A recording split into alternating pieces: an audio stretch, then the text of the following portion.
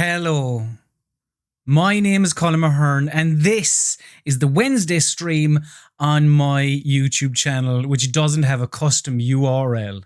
How are you? Welcome.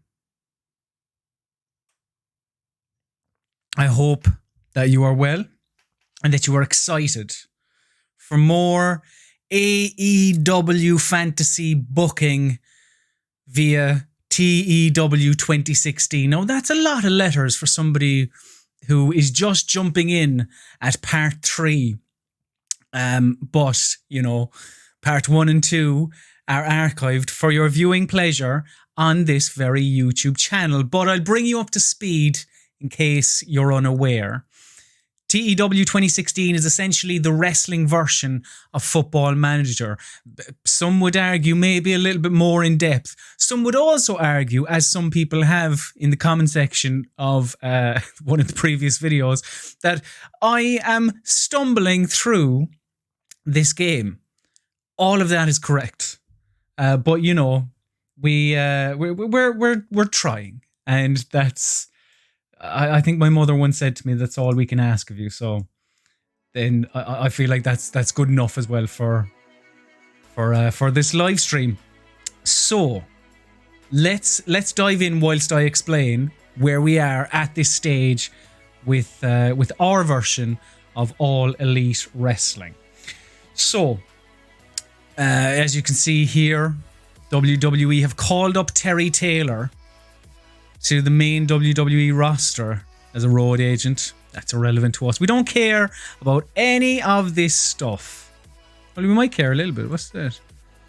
According to insiders, WWE have called up Kathy Kelly, ending her time in the company's developmental territory. Right, okay, yeah. So that's fair. She's going to be an on-screen interviewer for the main product. Anyway, we need to right some wrongs with regards to our version. I mean, I say my version, if you want to pass the buck, that's fine. I understand of All Elite Wrestling.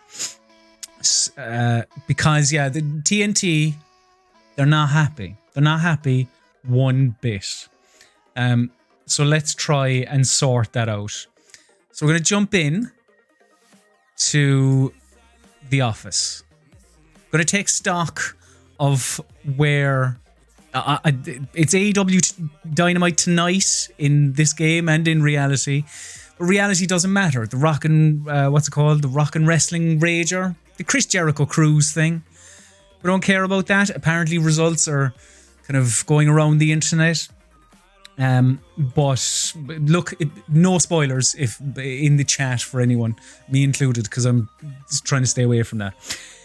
But yeah, we care about our Dynamite and how our last show went, which wasn't great. That is a recap of Dark, which we certainly don't care about. Let me see here. I want to bring up, as I previously said, stumbling my way through the game.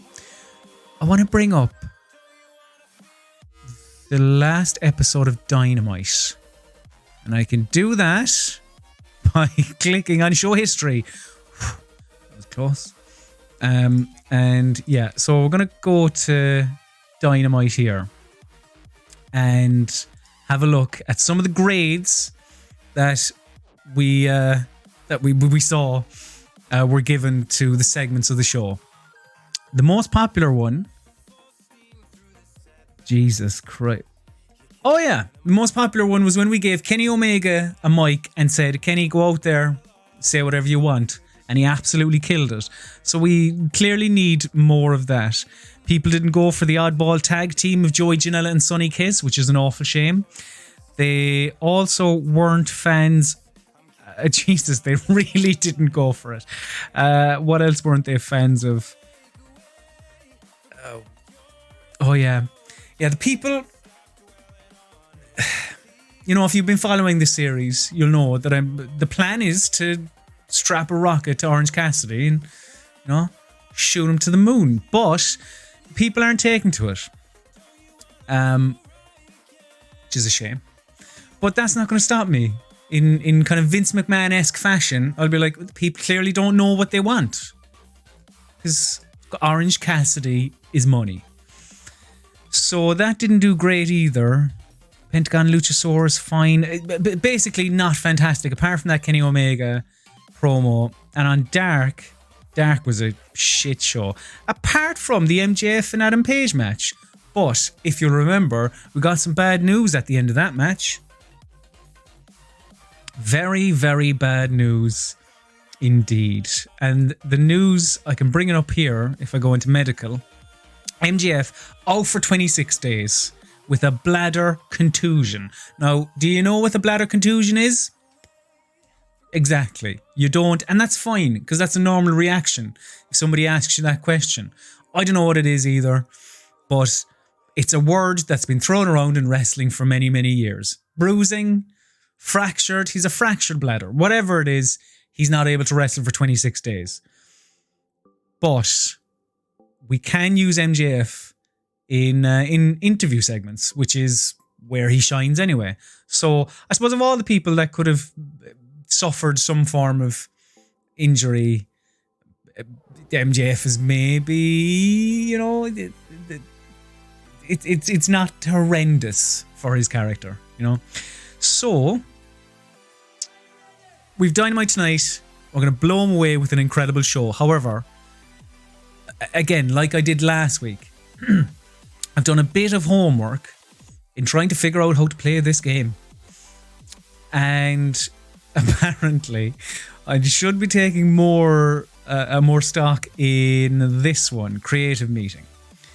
So here, as you can see, it tells us who's popular in the actual television program. And we've no next big things, which is an awful shame. But decent amount of franchise players: Jericho, Kenny, Moxley, Cody, Pac. We'll get on to Pac.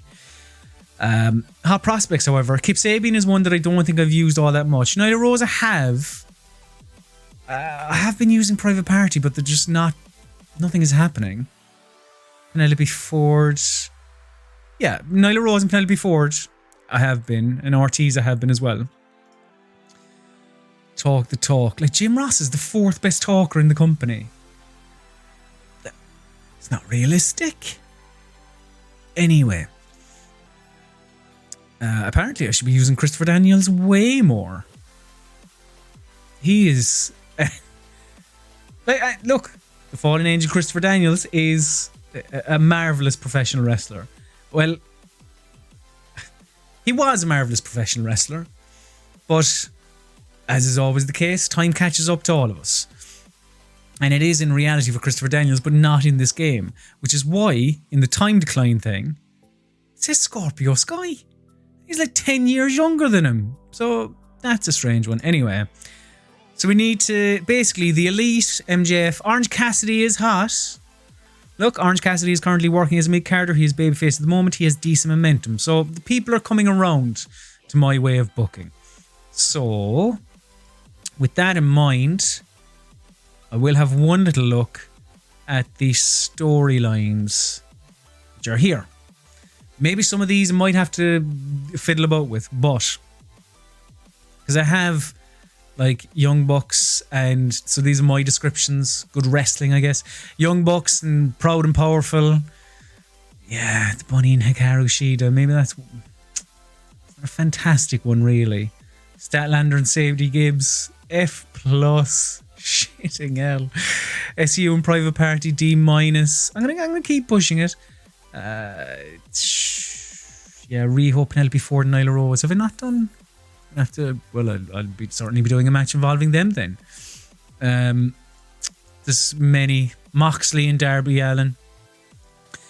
But as you may be aware, if you looked at the thumbnail, there's one man that we need to push. And that man is Marty Scurll. Yes, he is a contracted talent on the AEW books now, because we're going to slot him into this storyline, which has been one of the more popular ones, just because anything Cody touches turns to gold. It is Cody and Brandy against Awesome Kong and Marty Scurll. And what's worked with this so far has been WWE bullshit. Started off with Cody and Brandy renewing their vows. And then, I can't remember actually what the promo was. Cody cut a promo and then Awesome Kong came out and kicked the shit out of him. It was something like that anyway. So yeah, Marty Scurll probably going to end the show again on that. So let's book Dynamite. Hello, David Ayres in the chat. Thank you very much for joining me. He says, I expect Marty to be the new Repo Man. I'll probably keep him in his villain gimmick. It does work for him, to be fair. But I also thought about like signing, like, do I sign Will Ospreay as well? Like, let's just stack the card with excellent in-ring talent. But then I was like, you know, I'm finding it hard enough to focus on the wrestlers I actually do have. So let's get Marty over and then maybe we can get on to somebody like Will Ospreay in the future or something. But we'll, you know, it's future planning. So I do want to look at the personal assistant for a second because Pac, he's not a happy bunny. Big morale issues apparently. Furious at the booking of a match at AEW Dynamite. That was, I think, I don't know if that's the Orange Cassidy one or if that's the Trent one. But either way, as you can see, he is cross. Very, very cross little man. Who, if in reality, you saw his promo on the road to the Bahamas, was excellent. Really was. Should probably be pushing back more than I am. Christopher Daniels, also quite cross. Furious at the booking of a match from AEW Dark. And it's like, Daniels, yeah, like, look, you're 48. You are going to be used to push like new talent like Private Party, but he's just not happy with it. And Darby Allin is apparently, he's irritated at a signed push. What? What's that about? Hang on a second. He's cross that I'm on his current push. I think I deserve a better push. I would prefer to be a lower mid-carder. I put you in a program with Moxley. What's this about? This is confusing. I prefer to be a lower mid-carder. So I'm confused by this. Is Darby Allin saying that actually he doesn't want to be as high in the card as he is? I don't know. Ross in the chat says, alright, are we telling Pac to fuck off again? I think we might have to, Ross. We'll see how it goes. But look, let's book the show. We've done enough fiddling about there. We're in Puerto Rico tonight, which is lovely. So yeah, there you go. It's just reiterating Christopher Daniels is an unhappy locker room leader, which is a shame, I suppose. So on and so forth. Isaiah Cassidy's running a poker tournament. Okay, that's fine. Right, so we need to book this television show. So, looking at the storylines and trying to keep everything going. Also, one thing we have kind of as a group, I feel like it's been a learning experience for all of us. One thing that has been learned is that the crowd don't like it if every match is super intense. So, got to pull back on that a little bit as well. You know, let's tell a story. Let's put smiles on people's faces. Isn't that the thing? I know it's the other company, but they're mad for that kind of shit. Let's put smiles on people's faces. So let's do exactly that. So these are the storylines that we need to be focusing on. Well, that's the storyline that we should probably be focusing on. Is Omega, Young Bucks, Jericho. So the last thing was, Omega challenged Jericho. Jericho didn't answer. Omega saves Matt Jackson from a 2-on-1. It was after a tag team match. So the easy thing there is to have Jericho come out and cut a promo. And we can prolong it a small bit by having Jericho, you know, try and blow Kenny off. So let's do that. So We're getting more snappy with when we're figuring out how the kind of setup of the putting a card together works. So we need a verbal, I believe. Participants. Well, hang on. I'll just leave it at any participants. And standard interview. One wrestler comes to the ring and issues a challenge to another. The challengee doesn't appear. But I could do that again. I feel a standard interview. One wrestler comes to the ring and issues a challenge to another. The challengee comes out and accepts. But I don't want that because I don't want. What I'm looking for is Jericho to come out, but not accept the challenge. So if I could do that, participant 1 challenges 2 to a match and says he'll put his title on the line to get the match. No, I'm not looking for a valiant superhero here. I'm looking for a cowardly bastard.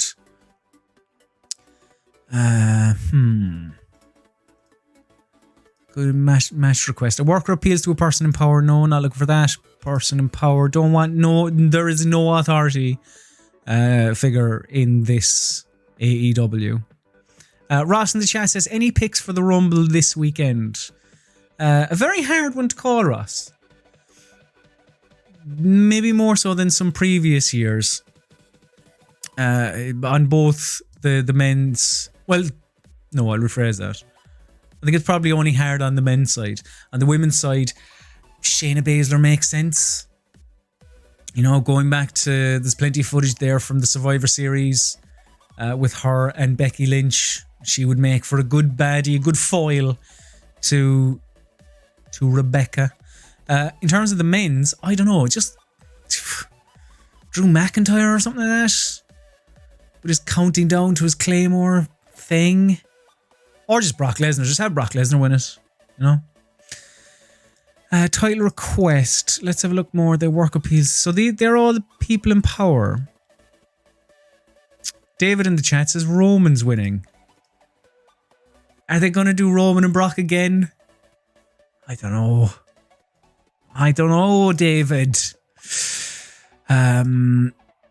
Okay, so match request. A worker appeals to a person. They're all people in power. I don't want that shit. Interesting. Ross in the chat says he's also believes that Roman is winning. Why? Because I just feel like Roman Reigns and Brock Lesnar, if they do it again, I don't think people will be overly happy. Let's go.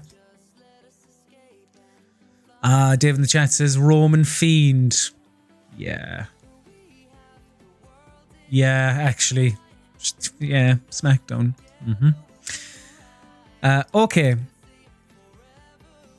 Let's have this. Let's go with Kenny Omega is going to challenge Jericho. Jericho isn't going to show. And that's where we're going to start the... no, actually, we won't start the show with that. Because I do like starting with a match. The maximum's 5. We'll give him 5 minutes. And we won't script him because I think he liked it when we didn't script him the last time. So save that. So, but we'll start the event with a match. But I have one more look at the storylines, which I can do from here. We're going to start, give the opening match to Rio Penelope Ford, Nyla Rose. I think I've done the kind of cross these two feuds. Hang on. Let's do this. Britt Baker and Shanna versus B and Big Swole. Why not? Eh? So, let's have Britt Baker and Shanna versus Big Swole. Who B Priestley. And we'll give them... We won't give them... won't put too much pressure on them. We'll give them 10 minutes. We will... And then we can set the appropriate things here in the road agent notes.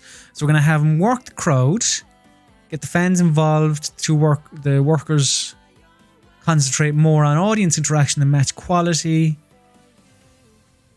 That's a good way to start this event.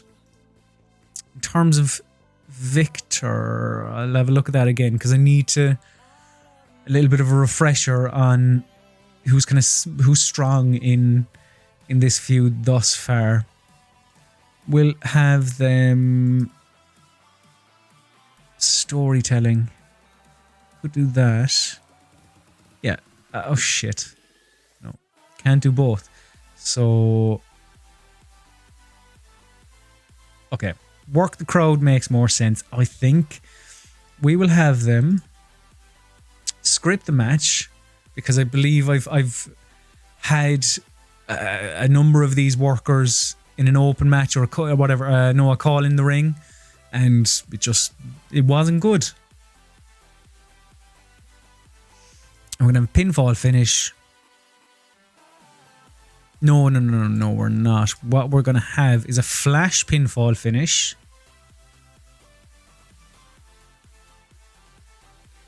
And we are going to have... Gonna have Big Swole get the finish over Britt Baker. Give her a good win, but I don't think it hurts Britt Baker all that much either.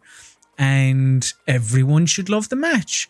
Match intensity, I'm gonna turn down quite a lot because when it's like 60 and above, the people panic. So I'm going to just play around with this episode. Say match intensity 40, match danger 30. And then hopefully the people will enjoy it.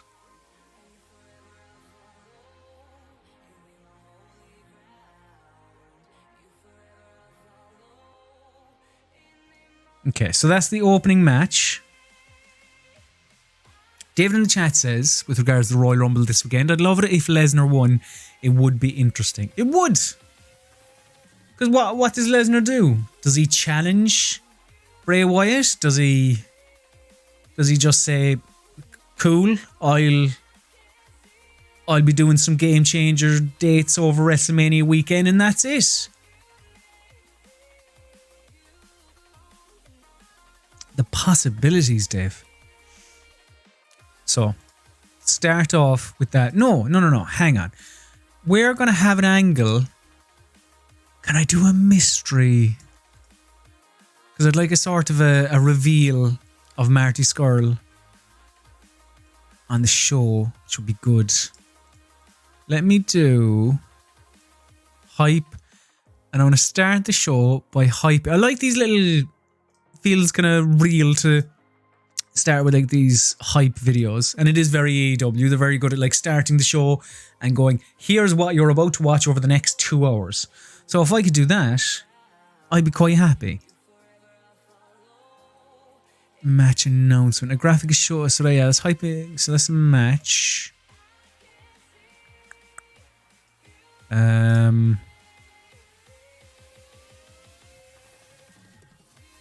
Tribute to injured worker. Oh, I could do that for MJF. See, I don't know if this would actually... I feel like this is meant to be quite sincere, but I think that's very good, if I do say so myself. So I'm going to have... Where's MJF? Is he down as Maxwell? Where's MJF?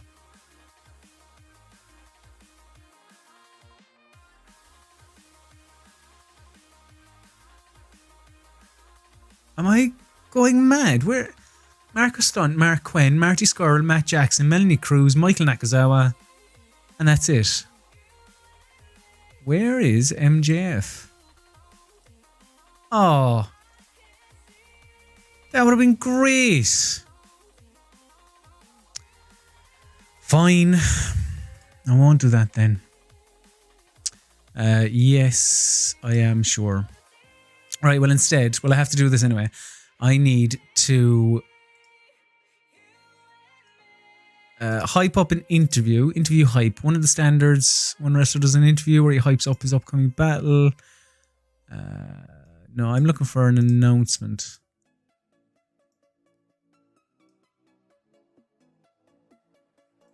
There are times where I just go, God, there's a lot going on here, isn't there? So let's do...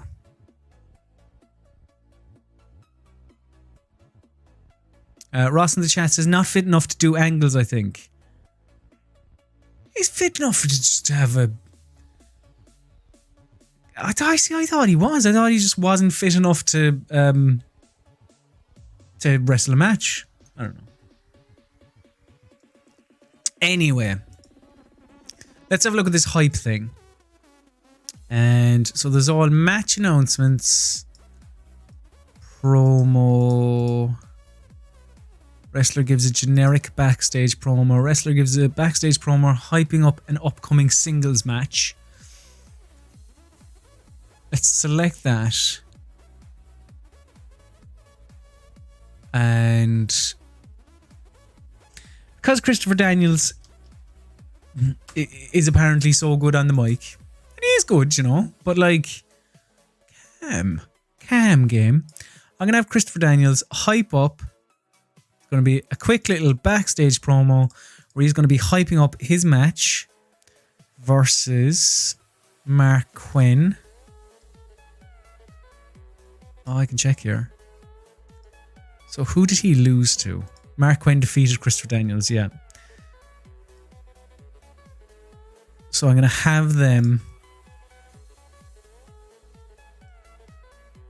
No, because he's gonna like, I'm gonna beat your buddy. So we can have him wrestle him later, which we can add here now. We can kind of fiddle around with the card. Ross in the chat says, check your injury list. Ross, I will do exactly that shortly. So, I'm going to go with Christopher Daniels and Isaiah Cassidy.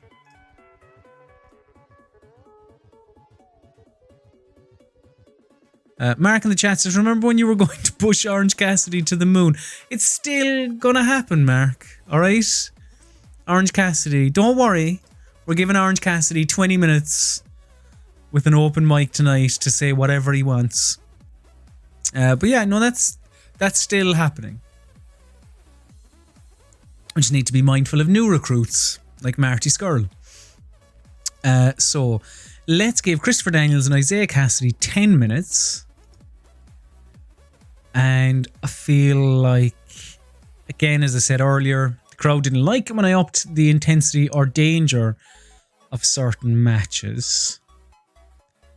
So let's leave that as it is. And I want the aim here is to get Private Party over. So I'm sorry, Chris, you're going to be unhappy. But Isaiah Cassidy has to go over. So, in terms of the match aims, could do storytelling. This specifies that the aim of the match is to set up or advance an issue or to tell part of a story. For example, if you had a worker on a losing streak, you could use this aim for his matches to indicate that it's an ongoing issue. Well, let's do that then. That makes sense. I believe I've had Private Party in call-in ring match styles, and I don't believe the game thinks they're good enough for that. So in that case, could I have call-in ring? Can you leave it to Christopher Daniels? This specifies that only the ending should be discussed beforehand. Everything else should be improvised by the workers.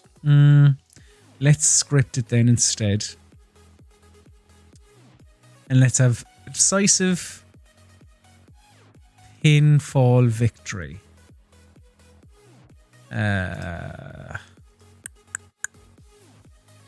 Yeah. I think that's alright. So let's go with that. Christopher Daniels is furious at the booking of this match and has complained loudly that he wants it changed. Continue anyway. Yes. Yes, I will continue. That's it, Chris, all right? Phenomenal wrestler. Outstanding. Everyone goes back to it, but the triple threat in 2005 at Unbreakable, wasn't it? With you, AJ, and Joe. Oh, mwah, beautiful. It's time to let other people shine. So, we'll move that later on the card. And we need more to fill up this card. Oh! Let's have a singles match between Nick Jackson and Ortiz. Yes. Because mainly, or Santana Ortiz? I mean, I've gone to Santana first, so let's just do that then. Remember that match in reality? Between Nick Jackson and Ray Phoenix. It was Ray Phoenix, wasn't it? That started a Dynamite late last year. It was fantastic. So let's give him 15 minutes to have an excellent match. Match intensity 70. Sure. David in the chat says, can Daniels get so pissed he goes into business for himself? That is an excellent question and one I'd love to be able to answer. I cannot. That would be very interesting though. I mean, if he did that, I'd definitely chat to him and probably most certainly get pushed up the card. Because the crowd would go mental for it. Because he'd be shooting, brother. So, I'm going to just check Storylines recap on the Young Bucks, Santana Ortiz. So the Bucks defeated Butcher and the Blade. Omega saved Matt Jackson from a 2-on-1.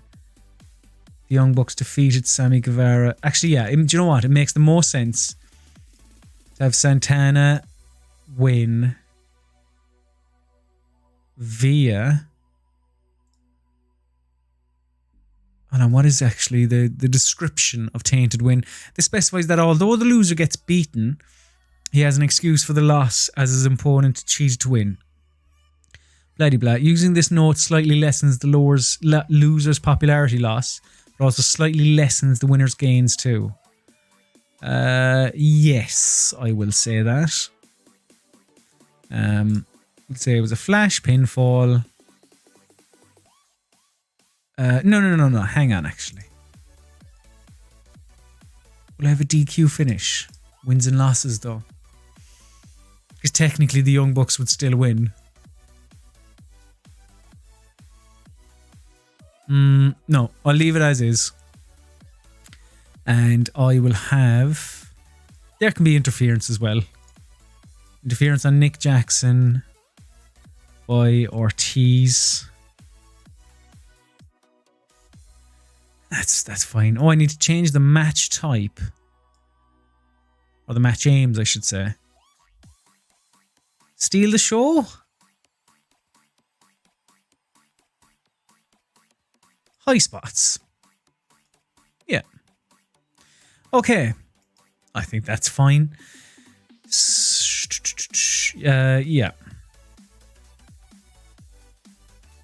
Save you. Ah, for fuck's sake. Nick Jackson is furious at the booking of this match and has complained loudly that he wants it changed.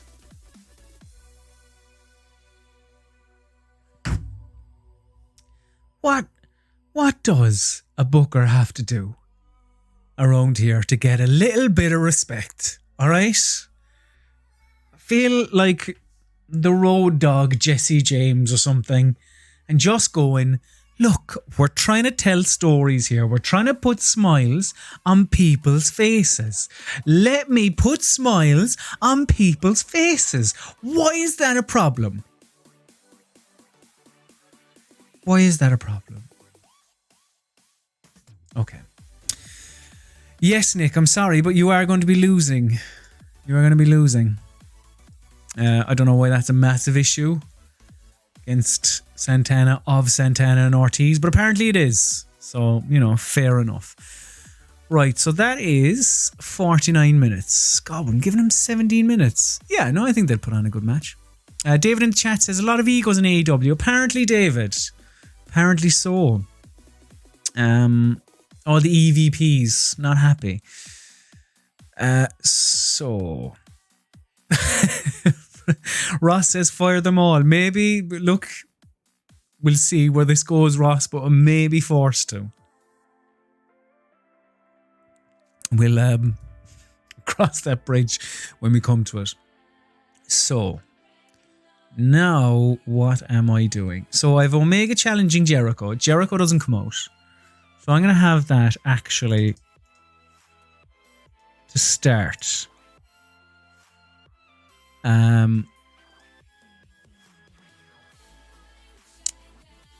Then, hold on, I need to separate these out.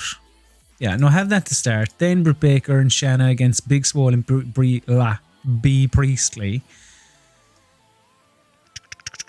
I need something to break those up. Add angle.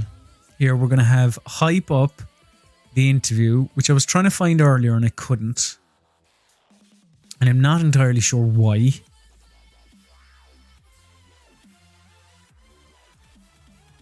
Does anyone in the chat know where it is? I want to hype up an upcoming interview, which is what I was doing with Cody.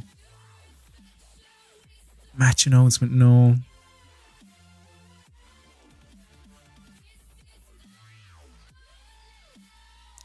See, I don't... At least I can't find it in hype.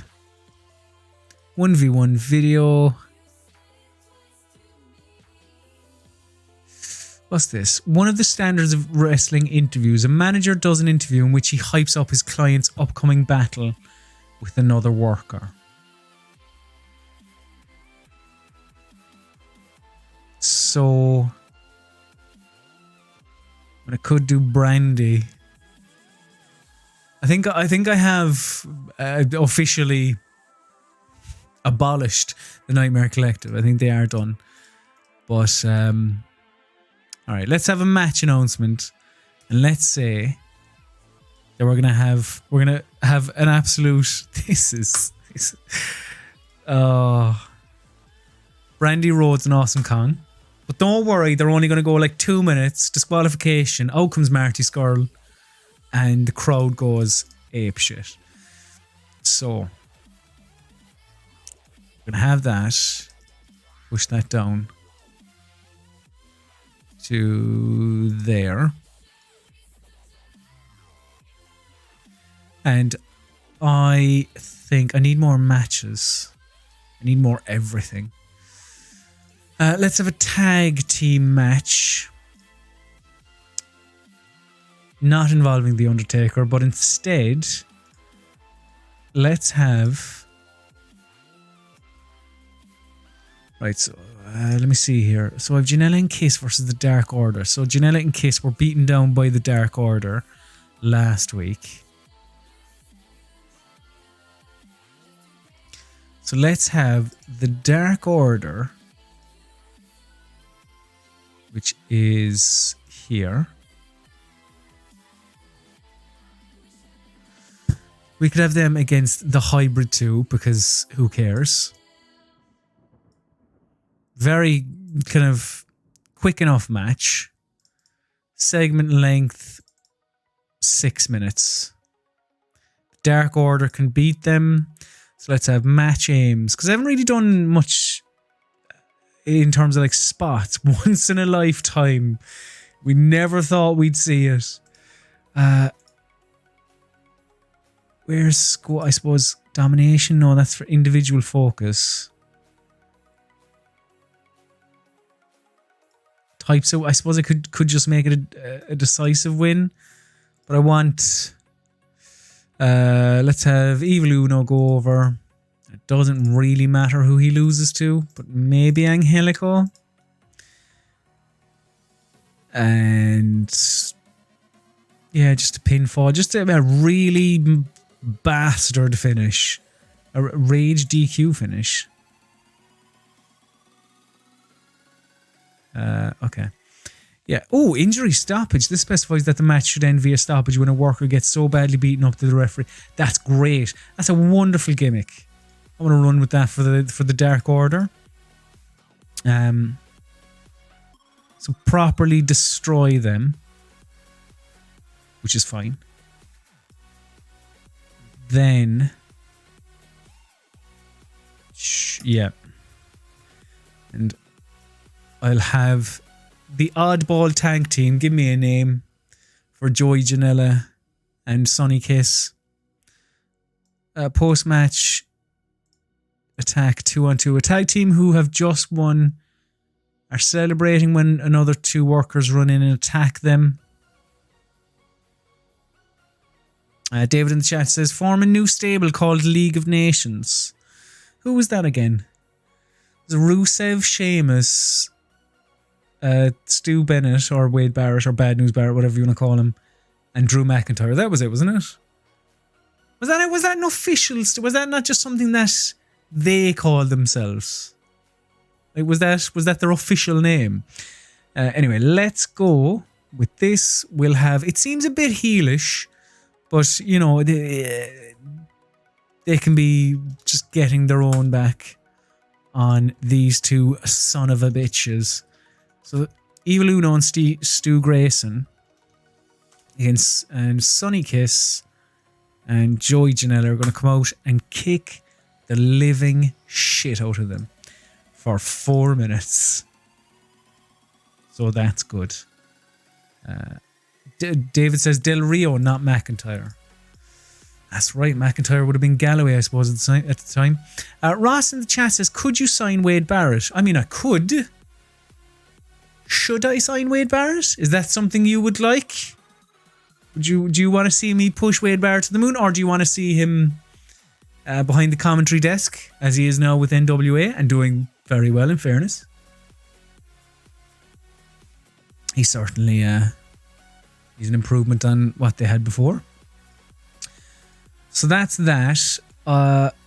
Fuck, we need another hour. So, how did they even... You know what? Playing this game gives me a new appreciation for like 3 hours of Raw. Well done, WWE booking team. I feel like I get even just like a modicum of your pain on a weekly basis. But obviously, you know, this is good crack because there's no money on the line and it's totally fine. So let's go. Right, okay, I need to kind of have a look again at the storylines and see what's happening. Riho, Penelope Ford, and Nyla Rose. What can I do with you? I could... Do you know what? I need to check.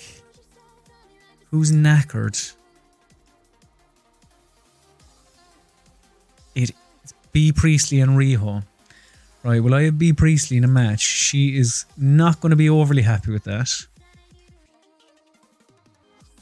How do I get back to my television show? So, maybe don't have Riho. I could have...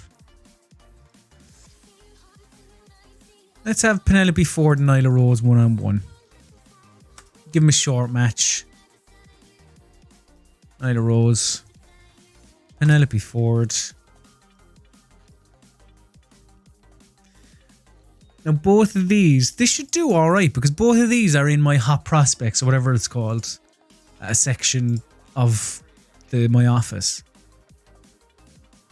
So yeah, in theory this should be okay. This should do decently well. Let's have Nyla Rose. We're not gonna have her kill, like, yeah, she's not gonna kill Penelope Ford, but we'll have her do, you know, she's gonna beat her. Let's have them script it. What kind of match? Just regular, I think, is probably the safest. Do I say decisive win? This specifies that the ending of the match should be decisive, meaning that the winner won the match clearly. No, I won't actually, because Penelope Ford is in the planned triple threat for the women's title, so that would maybe be a step too far. And yeah, just a pretty standard. Nyla Rose is going to beat her in 8 minutes. Again, I feel like they freak out with the match intensity. So I'm experimenting with numbers there. I don't really know what I'm doing. I mean, could say that about any section of this video game. So that's that. Now, something came into my head that I needed to have a look at. So I've their storyline sorted. That's sorted. Ah, yes, of course. Mark, you'll be delighted to hear that it's time to book the Orange Cassidy segment. So last week, let me pull it up here.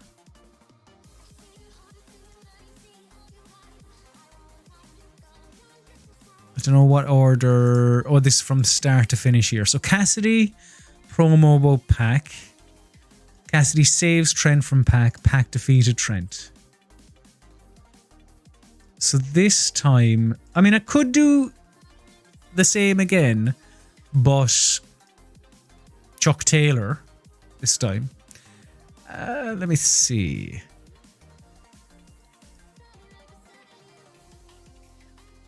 I can have a look at action. A worker is the ring and calls out an enemy. As soon as they come out, they are jumped by two of the worker's allies who'd been lying in wait and get beaten down. Oh, I like that for the... I'm going to do that for Jericho. That's a good one for Jericho. Kenny Omega. And I can have Jake Hager, Sammy Guevara kick the living shit out of him. We'll give him 12 minutes, because in theory, Jericho should have a decent amount of time to cut a promo there as well. Just give him 13. Why not? The time you've selected does not meet the angle specifications. Well, in that case, we'll give him 10, because that's all we're allowed. Which is fine. 10 is more than enough. So that's that storyline sorted. It's all about ticking boxes. That's what it is.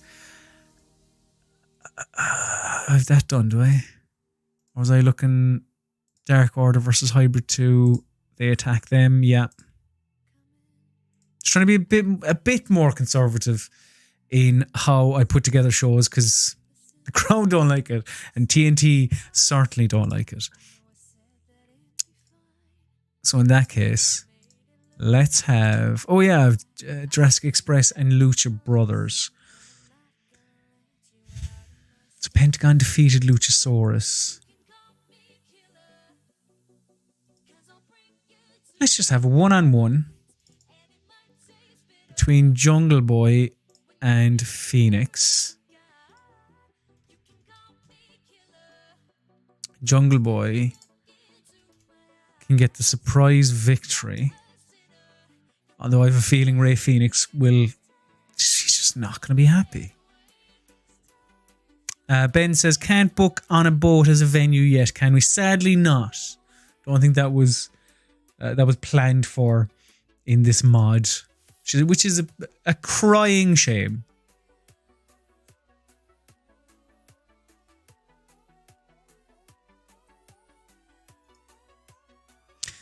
So, I'm going to give Jungle Boy the win. Let's put this lad over. And because we can do that, we can still keep Rey Fenix strong. Hang on, protect. I didn't see that the last time. To me, in wrestling parlance, they mean the same thing. So protect is, this specifies that a certain worker's flaws should be hidden as much as possible. Okay. So that's just if they're shite. This is useful if you're trying to get somebody over whose in-ring skills are not particularly good, and also if you're trying to talk somebody into taking a loss. Using this note gives a large boost to a worker if his in-ring performance is weak.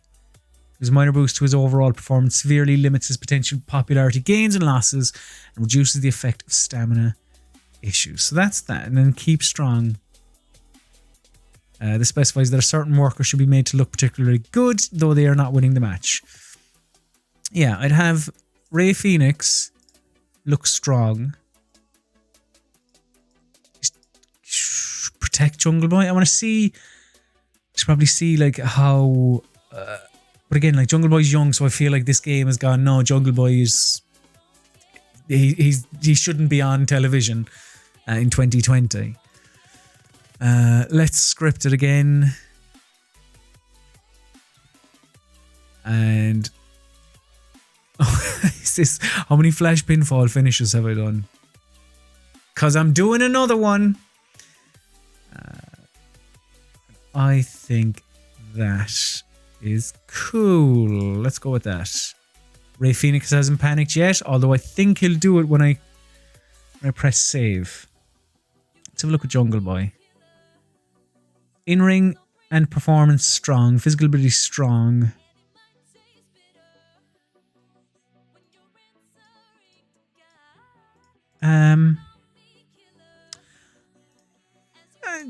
Do I have to protect him then? I'll just leave it. Again, trying it out, seeing what happens. Let's boot up the intensity of this to 71. Please, please, Rey Fenix. I'm begging with you. Don't freak out. Alright? We're trying to get Jungle Jack Perry over. And I think you'd agree that he's a marvellous talent and one that should be nurtured. So just tell me that you're pissed off with the booking for this match. Joy to the world. Rey Fenix is okay with putting Jungle Boy over. Fucking get in. All right. So that's good. So just under half an hour left. Ben in the chat says he brings up the fact that John Moxley sang Neil Diamond. He did indeed. Sweet Caroline, which is an excellent video that I saw yesterday, or was it the day before? Good to see John Moxley letting his hair down and having a bit of a laugh. Seems like a good lad. Is John? So, oh fuck! I forgot I had Brandy and Awesome Kong. I booked myself into a corner. All right. Now, this is the main event, but let's go. Brandy, you selected the same worker. Oh, sorry. Didn't mean that game. So, Brandy and Awesome Kong. They're going to come out. They're going to wrestle for 4 minutes. It's going to be thrown out. Match intensity fucking 80. Because it's going to be thrown out. Where's that now? Types of exact finishes. DQ finish. It specifies that the match should end with the... Yeah, that's what I'm trying to do. Intentional DQ. So a rage DQ. This specifies that the match should end with a specific finish. In this case, one worker going to berserk rage and getting disqualified as a result.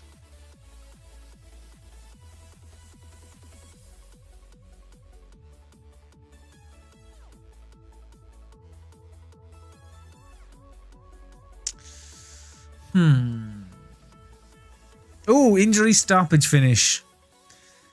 Bensa in the chat says, can you not do it so Awesome Kong attacks Brandy and the match is called off? I don't know if I can. I mean, I can have like an intentional DQ finish.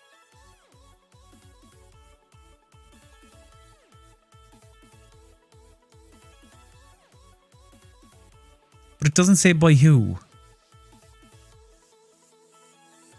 Which is a funny one. Double count out, double DQ. Botched interference. I'm just going to leave it like that. Go save. So the game has allowed me to do it. So in our minds, just pretend it's because Awesome Kong has destroyed Brandy Rhodes. And then we're going to have an angle where... See, I know what it is in my head, but in reality, I don't know how to search for this. So it's a post-match where Brandy is going to attack Cody Rhodes, or going to attack Brandy Rhodes. Cody comes out, and then Marty Scurll comes out and kicks the shit out of Cody, and the crowd goes apeshit. That's what's in my head. So I'm looking for a post-match attack. I suppose a 2-on-1. You know, it doesn't really make sense because, like, where is Cody in this scenario? But maybe we just have to use our imaginations a little bit. So, post-match beatdown after a tag match, no.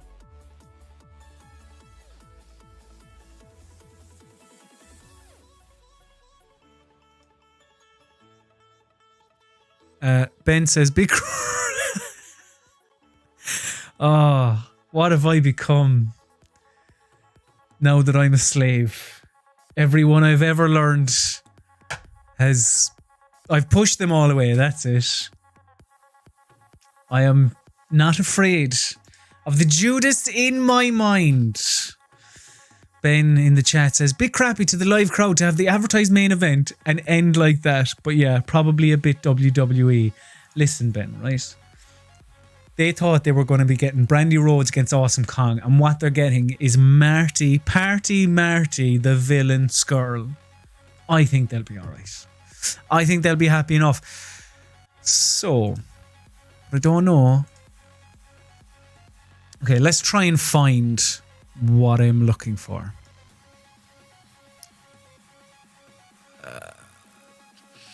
Action. Ambush. So it's a post-match attack, 2-on-1. There we go. I think we're here.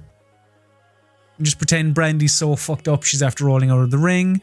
A worker who has just won is celebrating. Well, no, that's not what I'm looking for. I'm looking for a worker who... I'm not looking for a worker.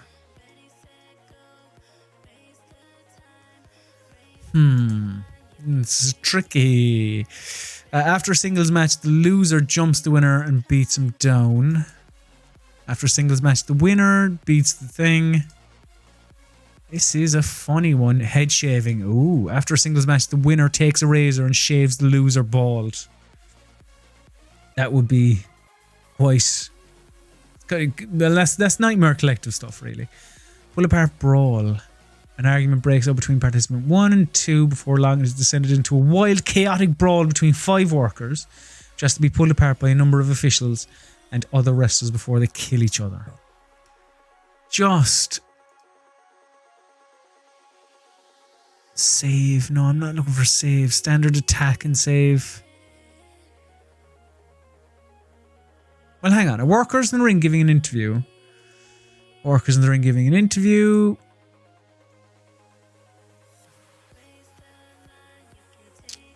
I need to have a look more at this freestyle angle where I can just piss about with it myself and figure out how it works.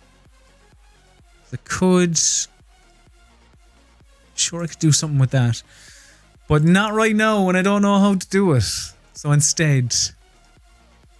Alright, enough is enough, and it's time for a change, and that change is going to be, so beat down the ring, one of the more standard angles around.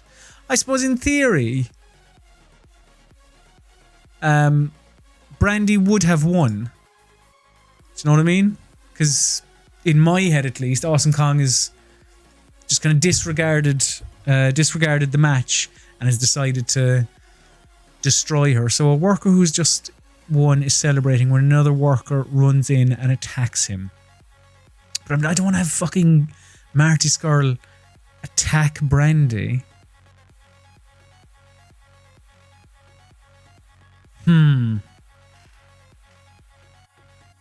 It's a tricky one, apparently.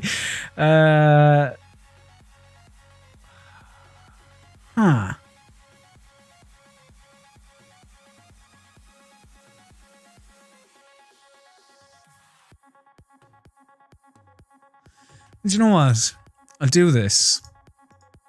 And I will have Awesome Kong beat up Brandy more for like, it should be like 2 minutes. And then it just needs to be done like piecemeal, just like little bitty bits. Then I'm going to have Cody run in and save Brandy. Where's that? Save.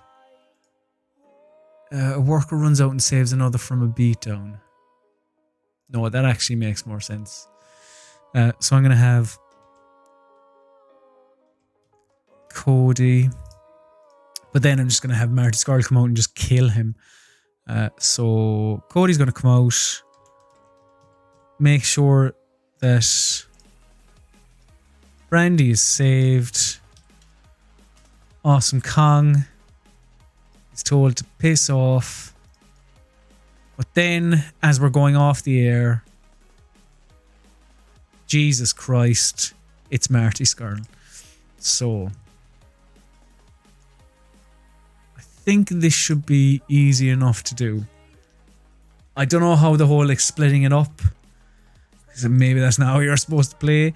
Workers in the ring calls out an enemy. So I just need a worker is in the ring and then another one comes out and kills them. So how do I do that? Beat down in ring. One of the most standard angles around, a worker runs in and attacks another in the ring and beats him down to the mat. That's pretty... yeah. Seems pretty good. So Marty Scurll comes in and kills Cody. For not long, yeah, 3 minutes. Okay.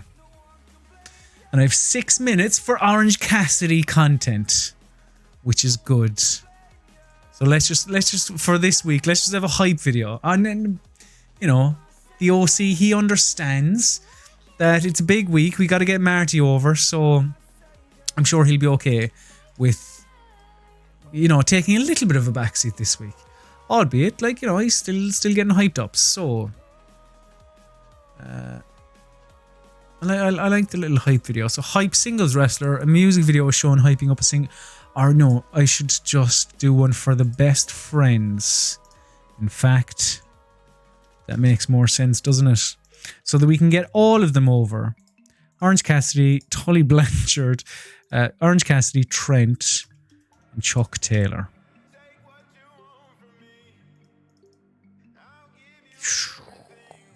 Four minutes? 4 minutes. Fuck, is 4 minutes too long? 3 minutes.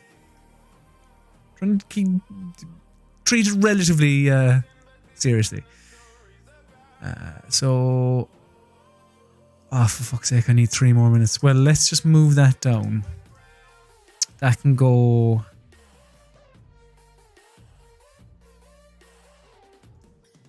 What's this Omega thing?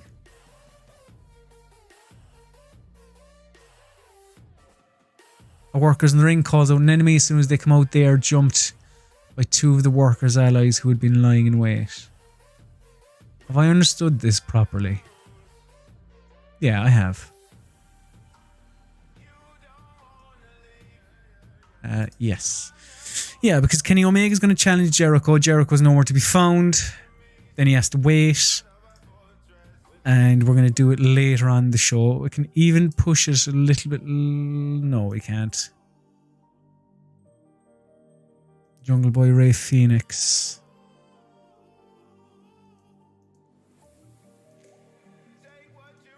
The latest I can push it is probably there, actually. So, the show is Omega challenging Jericho. Can I do big beats here? So, it's Omega challenging Jericho. The tag match between Britt Baker and Shanna against Big Swole and B. Priestley. And you've Christopher Daniels' promo. Oh, that should be Isaiah Cassidy. What is? Right. So, Christopher Daniels' promo about Isaiah Cassidy. Then the match. Then Santana and Ortiz. Dark Order Hybrid 2. Then all that shit. Best Friends promo video. Omega gets the shit kicked out of him. Nyla Rose, Penelope Ford. Sure, yeah. That's fine.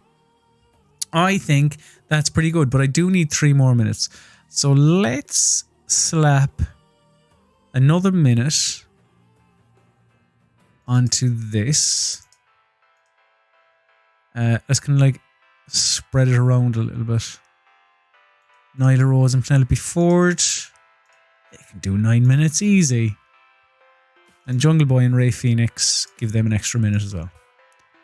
So that is a television show. That's what that is. So, place your bets now. What do you think? Is it going to be a rip-roaring success or is it going to be horrendous? Ben in the chat says, add a minute to the Omega Challenge, 1 minute to the ambush, and 1 minute to the Awesome Kong. Well, I've done it now, Ben. You know, and that's it's fine. I mean, the crowd, they've probably already made up their mind. The Bass, I do feel like I'm slipping into a Vince McMahon type mold and being like, they don't know what they want. They should realize that I know what's best. Go full heel. Right, let's run the show. Who runs the show? I do. Fuck. It's a real sense of just, I don't know, well, dread or panic before I do this, but yeah, okay. Let's see what happens. Yes, I am sure. Oh, look at this. What a start. End the program. That's enough.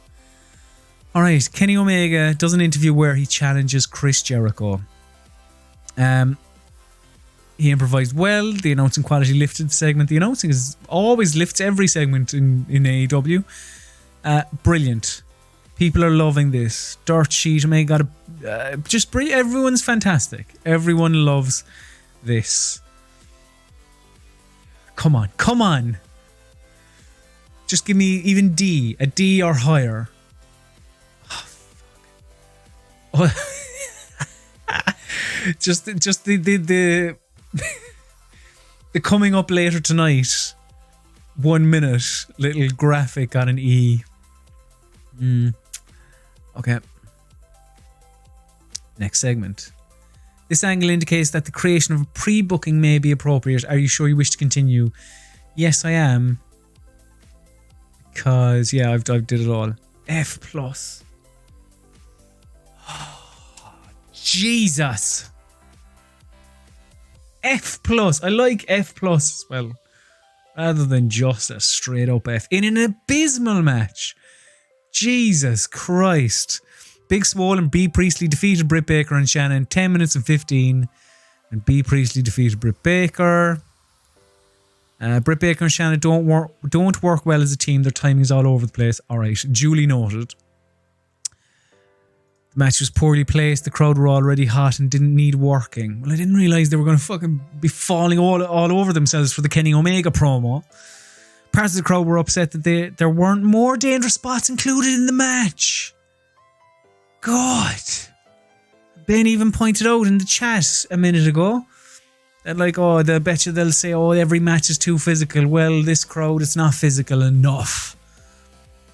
Some sections of the crowd unhappy. Yeah, fine. All right. Okay. Not great. Let's carry on. Come on, let's pick this up. D+. I was expecting more. Okay. Let's see. Hopefully the match did better. A D. Okay. In a bout that had subpar wrestling and little heat, Isaiah Cassidy defeated Christopher Daniels in 10 minutes and 22. In reality, that would be... I'd say they'd put on a great match. Fine. Oh, C-, okay, for Santana and Nick Jackson. Jesus Christ. Santana had an in-ring performance of E. That's bollocks. Really? Come on. Santana and Nick Jackson don't seem to click and it made for an awkward bout. Did it? Mark in the chat says Puerto Rico want blood. Apparently they do. And maybe I should have made every match vicious. Ah, Jesus. Okay. C- though. It's alright. It's alright. D+ for the Dark Order and the Hybrid 2. I mean, I wasn't expecting fantastic things, but there were times when there was a definite lack of psychology on display and the match had a tendency to drift a little. Fine. The match got the crowd hotter. The performance of Angelico stood out as being good. Oh, Stu Grayson was a D, Evil Uno D-, Angelico C+. Well, maybe I should be pushing Angelico to the moon then. What did the dirt sheets say? Yeah. It was Jack Evans. So Jack Evans was penalised for poor psychology and for a poor gimmick. Well, if that's the case, why wasn't Angelico as well? Evil Uno was penalised for inconsistency. Yeah, Angelico came out the star in this. Evil Uno did get a bonus for charisma, but Angelico's the boy. Maybe it's something I need to have a look at. Okay, so a D+ overall. Shit, they're just not. The crowd don't like it. The crowd don't like it. Maybe I need to cut and run on this oddball tag team. It's just not working. Shit. Yeah, okay, fair enough. Just moving on. Oh, no! The Best Friends hype video got an E-. Well, we all know why that is. It's just because they wanted Orange Cassidy to be in a match. So I respect that. Fair play, Puerto Rico. Next time we're here, main event, defo. So let's move it on to the next one. C+, good. I'm just going to try and put Chris Jericho and Kenny Omega and Young Bucks and stuff like that just into every segment because the crowds love it. Chris Jericho's in the ring and calls out Kenny Omega to face him. As soon as Omega appears, he gets jumped by Jake Hager and Sammy Guevara, who had been lying in wait. The ambush leaves Kenny Omega down and out. So it's just kind of everything was good, yeah. Jake Hager performed poorly in this segment. Okay, well, maybe not everything was good. Or maybe everything wasn't good, I should say.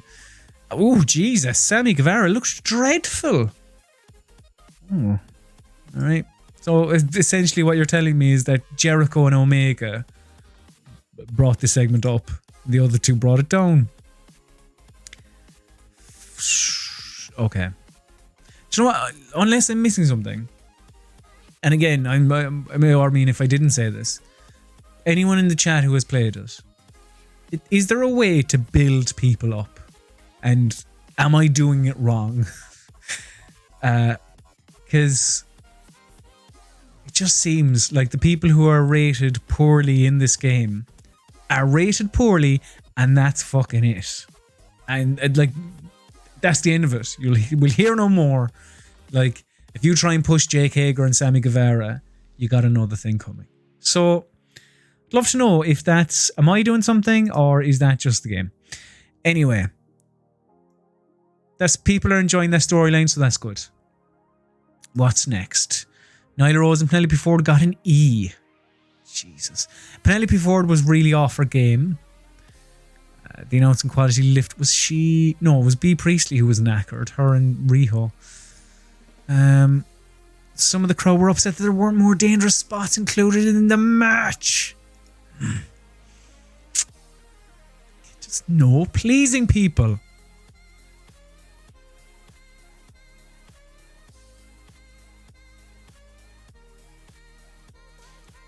No worker improvements. Nothing.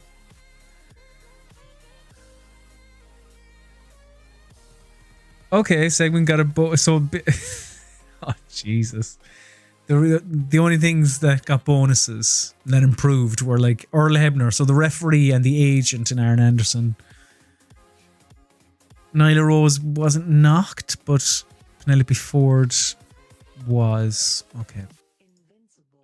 D+. Alright. That's okay. That's okay. In a bout that had decent wrestling but little heat, Jungle Boy defeated Rey Fenix in 12:51 by pinfall with a fast roll-up. Alright. So let me see here. Jungle Boy, yeah, D+, Rey Fenix, C+.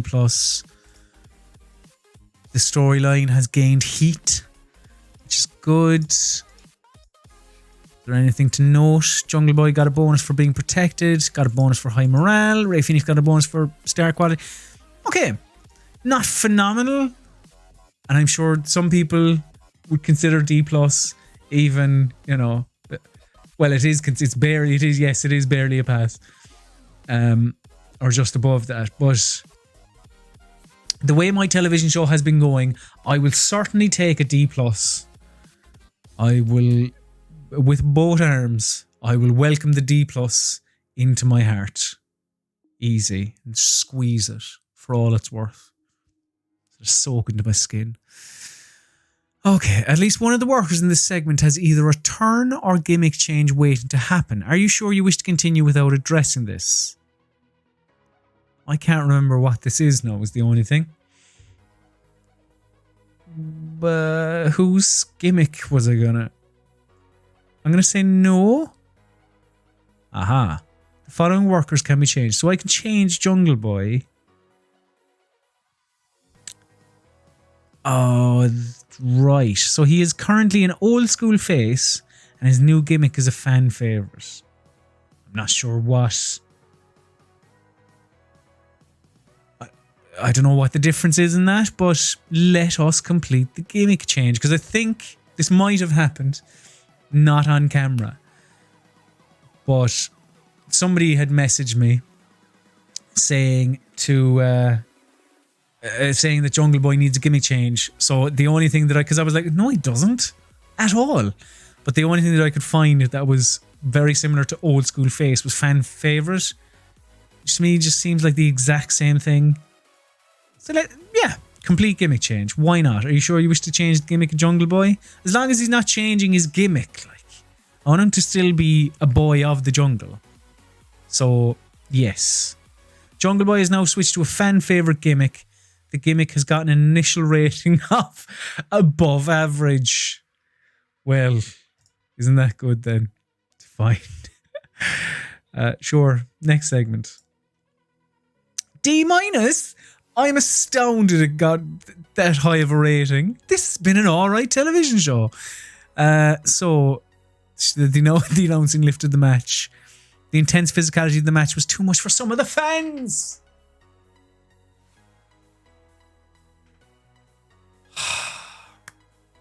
What's your problem? Why? What, make up your mind. Like, do you want intense? Is it the fact you want an intense match between Rey Fenix and Jungle Boy or Nick Jackson and Santana, but you don't want one from Brandy Rhodes and Awesome Kong? What's the story here? I'm trying to give you what you want, fake AEW fans. So the great performance of Awesome Kong really stood out. Good. Brandy Rhodes foreshadowed a face turn during this segment. Really? Oh shit, I've just noticed, actually, yeah. Ben in the chat said Brandy got DQ'd. Shit. Yeah, no, that wasn't, I didn't mean that. However, you could just say, oh, Brandy has been so cross with Awesome Kong for ruining her wedding vows. There you go. There's the workaround. That's why she did that. I meant to do that, definitely. Brandy Rhodes had an in-ring performance of E-. Awesome Kong had an in-ring performance of C. Okay, sure. I can't remember now. I had Cody come out and save Brandy in the next one, didn't I? So the match is over and Brandy Rhodes is celebrating. Awesome Kong looks angry and jumps her from behind, beating her down. Brandy Rhodes used subtle mannerisms to hint at a future face turn. Fuck! I forgot Brandy Rhodes is still a heel. Oh, this... Shit. I need to change that. Because, what I'm picturing in my head is Brandy Rhodes from Road to All Out and stuff like that. And when she did the was that against Chris Jericho or was that against Shawn Spears? No, it was against Shawn Spears. The promo against from one of the Road 2s. That was great. That's kind of what I'm picturing as Brandy, not Nightmare Collective Brandy. So I need to change that. So remind me in a minute, please. Okay, now we're gonna have Cody come out. D-. Get the Cody bump. Brandy Rhodes is being attacked by Awesome Kong in the ring. Seeing the assault, Cody comes running in and chases Awesome Kong off, saving Brandy from a serious beating. By chases her off, let's just pretend Awesome Kong got out of the ring. And then this should be huge. This should be A+++ 1,000 times. Marty Scurll in an AEW ring. Everyone thought he was going to sign for Ring of Honor. No. NXT? Pff, fat chance. All Elite Wrestling got Marty Scurll. So let's see. Should be huge. Should be Hughes. Hughes? Should be Mark Hughes. Oh, for fuck's sake. D-. D-. It has gotten an initial rating of above average. And thank God, Cody and Brandy Rhodes have good chemistry. What the shit? Marty Scurll got a bonus for high morale. Well, that's good anyway, at least. Cody got a bonus for managerial chemistry. I think this is probably the most successful episode of AEW Dynamite that I have had, though. Excuse me, that we have had. It's a collaborative experience. A C-. The show increased our popularity in 11 regions. What more do you want? So I think we can all say, you know, pat on the back. Job well done. Congratulations, everyone. So you have unread emails waiting. Would you like to jump straight to your office? Yes, I would. Because I can only imagine is Christopher Daniels going to be upset? Who else is there? Pac has big morale issues. Dustin Rhodes. Oh, shit, yeah, to be fair, I forgot you're on my roster, Dustin. Irritated being left off of AEW Dynamite. We can rectify that. We can easily put you on a card. Nick Jackson has big morale issues. He's angry. So many very, very cross people. John Moxley. Fair enough, Mox, yeah. Maybe you should have been on the card. Christopher Daniels. He is very angry again.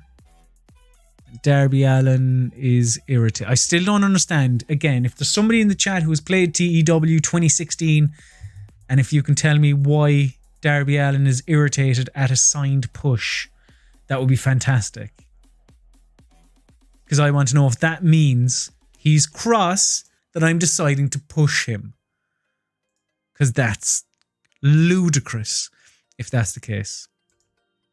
Okay. So they're old, those two. That also is old? No, it's not. This is new, I think. So Billy Gunn says Jungle Boy doesn't get it. Nick Jackson says Joey Janela needs to learn how to sell. Drug test, yeah, the fees. AEW Dynamite got a 0.91 TV rating. And TNT are not happy once again. Oh, man. Okay, time to heal. B. Priestley is feeling the effects of a grueling recent schedule and has asked that you take that into account when booking her so that she can have time to recover properly. All right. And Angelico has signed a non-exclusive contract extension with FCP. Fine. Ben in the chat says Scurll can take on Dustin.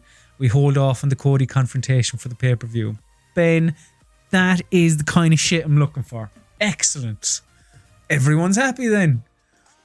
Dustin Rhodes and Marty Scurll next week on AEW Dark. On AEW Dynamite. I want to know I should probably just cancel Dark. Would be really handy. Ben adds, and we can play it out, that Scurll's systematically been going through Cody's family to get to him. He's sent Kong to take care of Brandy, and next he's dealing with Dustin. Then he can have a pop off of QT Marshall. He's kind of tight with him. Maybe DDP. It could just be, it feels like we're just doing the MJF angle. But, you know, if it works, I suppose. So, I know there is a way, because it would be much easier and would kind of move things along if I could just cancel Dark. And there is a way to do that. I think it's in... No, it's not. Oh, hang on. I know where it is. If I go to All Elite Wrestling, I go to... Schedule? I think... No, where's that now?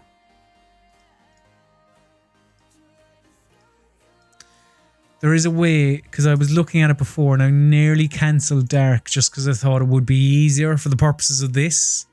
If anyone in the chat knows how, that would be great.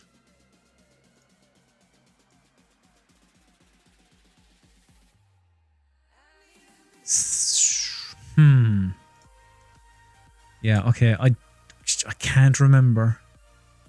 Something like TV detail. Hold on, broadcasting.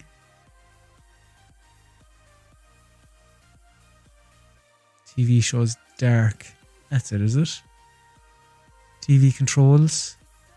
Create new show. No, thank you. Edit details. Held on. I just, it's too much. Can I make it like... Hold on, what if I go dormant? If a show is set to be dormant, it means it is no longer in use at all. This is purely for the player's benefit, as it means the show will not appear in any lists until it is reactivated. This prevents lists becoming clogged up with old shows. So if it doesn't mean that I won't have to put on a show. Gosh. Oh, here we go. Cancel deal. Wonder if I can adjust the time slot to like make it. So if I cancel the deal, YouTube have rejected your request to cancel as they want you to complete the contract. Ignoring their wishes and breaching the contract would cost you 1.8 million. But would cause the contract to be cancelled immediately. Go ahead and pay the 1.8 million. I mean, I want to, yeah. But before I do that, I am going to... I think I'm going to save it. Just in case. I don't know, something happens. I don't know what would happen. Right, let's cancel AEW Dark. 1.8 million. I think we can afford that. With Mr. Khan's money, it's fine. Yes, cancel the deal. So that's it. Next show, AEW Dynamite. Perfect. Now we can focus on the one show. Not the one show, but the one show. It'd be great if we could focus on the one show. Love to have the, you know, what was this? Fucking, I don't know, a woman showcasing her beautiful stamp collection in one segment and then talking about fox population in another, and then in walks Ariana Grande. It's a fantastic television program. So I'm going to clear all of my emails. I'm going to push it on to the next episode of AEW Dynamite. It just means, you know, I can tidy things up a little bit. And we don't have to be pissing about with, like, stupid storylines. Probably half the roster as well. You know, if you're not happy with my booking, there's the door. NXT is hiring, then they go to NXT and they become a huge superstar. That's wrestling. What more do you want me to say? So the multi-advance has been stopped as there are items waiting your attention. Well, we better have a look at them then. Isaiah Cassidy is unhappy with the push you are giving him. He thinks it should be better.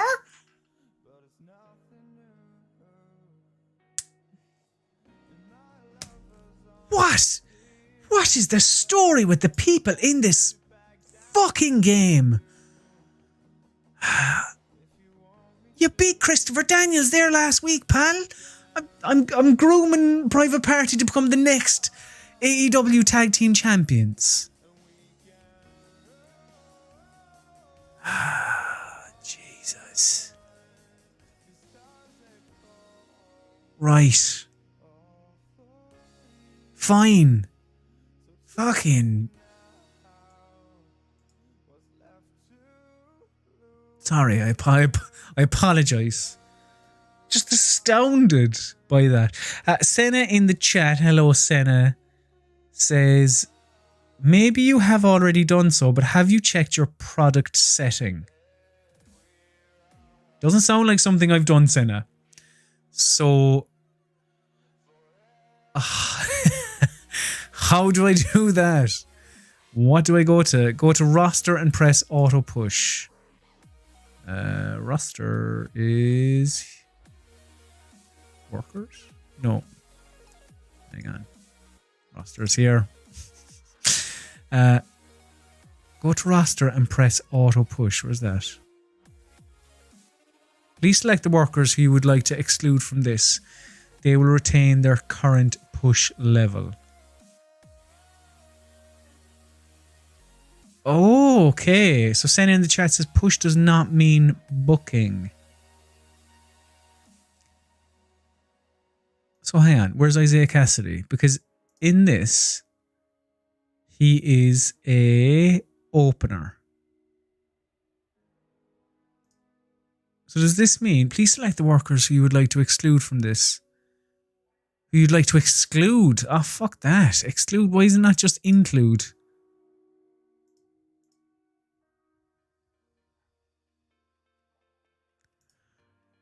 This is a whole new world for me, Senna. I'm not sure. I'm going to save it again before we do anything drastic.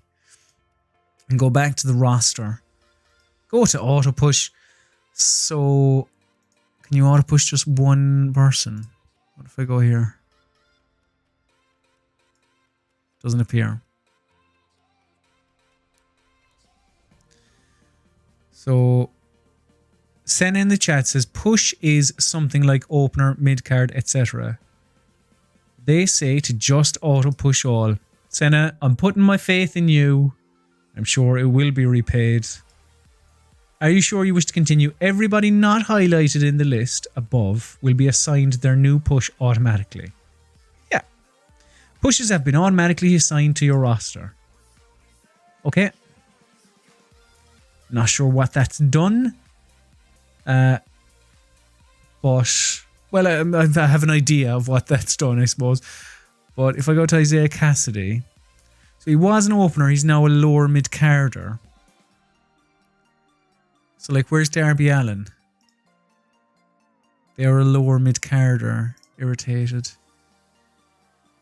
I'm happy with my current role as a lower mid-carder. So I think he's not happy with being put with Jon Moxley, but I don't know. Anyway, Senna, thank you very much for that little tidbit. That genuinely does help quite a lot.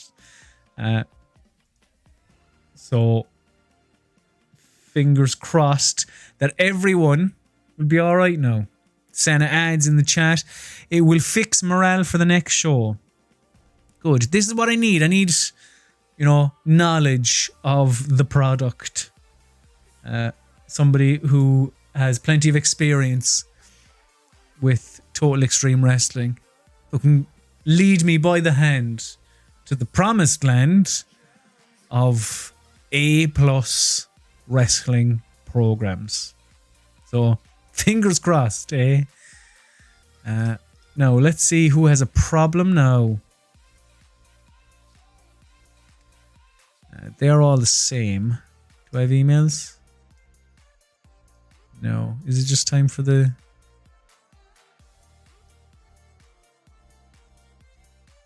It's just time for AEW Dynamite. That's what's happening here. For convenience, a generic venue in Hawaii has been auto-booked. Blah, blah, blah. Christopher Daniels is still very cross. Public firing. Oh, hang on. We're getting loads of brilliant information here from Senna in the chat. Under product, you can see how physical a match can be for AEW. Okay. Where's that? Where do I find that? That isn't in roster. I'm guessing. Is it in AEW? Oh, apologies. It's under product. So, match intensity. So does that mean the match intensity, the top is 60% and the match danger is 55? That's how far. This is how high physical are a high value means of workers. So yeah, so that's the most that I can push it. Because that's a bit shit, isn't it? Can I not like push it a little bit more? Go 70 and I don't know. 70 and 70? Then not, you know, for a special occasion or something. Because everything else is like, you know, a spinal impact moves are allowed, blah blah. Click on data check on the bottom. With these product settings, the match danger level should ideally be between 55% and 60%.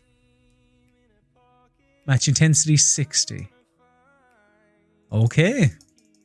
Alright, well, in that case, what was it? Match danger was 60. No problem. Okay. For all matches, says Senna. So, Senna in the chat, this is brilliant, by the way, thank you very much. Should I mess around with intensity and danger at all, or just leave it always at 60? As the game, is that not something that you kind of bother with? This is terrific, getting all this insider info. Okay, well, at least now I have an idea of how to book the actual matches. So that is a plus. That is good. So right now, before we book AEW Dynamite, we're gonna have the quickest of quick breaks, like super quick, 90 seconds maybe. So, you know, I don't know, what does Stephen Mulhern say? He probably say, you know, go in, have a cuppa. But I don't know if even you'll have the time. You know, you try and do it quickly. But yeah, back in 90 seconds, I'd say. So yeah, and then we'll do another episode of AEW Dynamite. I'm gonna fucking kick the shit out of this one. No, it's gonna be A+ show. Incredible stuff. So yeah, back in 2 minutes. Thank you.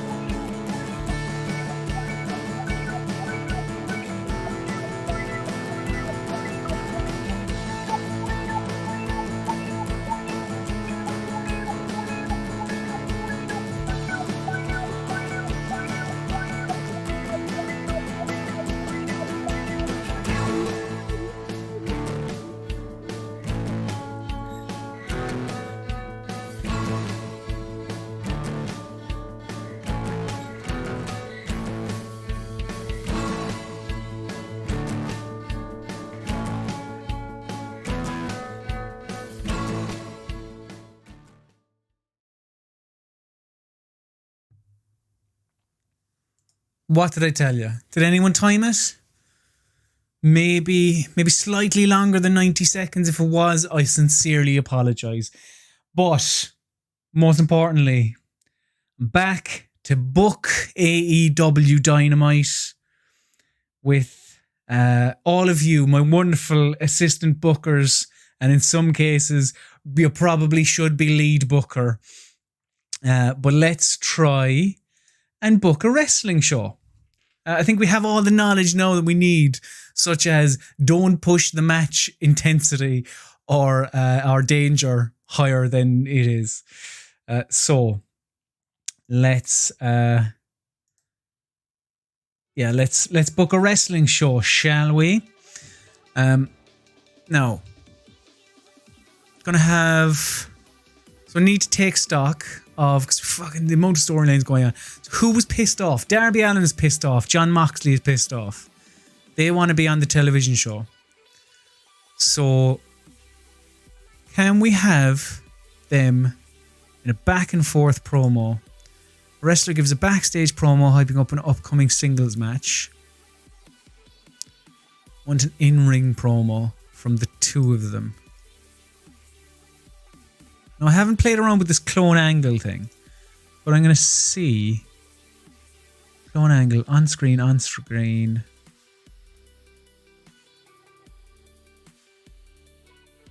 I mean, this really doesn't matter. This, like, wrestler gives a backstage promo, because I could hear when I'm creating this, wrestler gives an in-ring promo hyping up an upcoming singles match.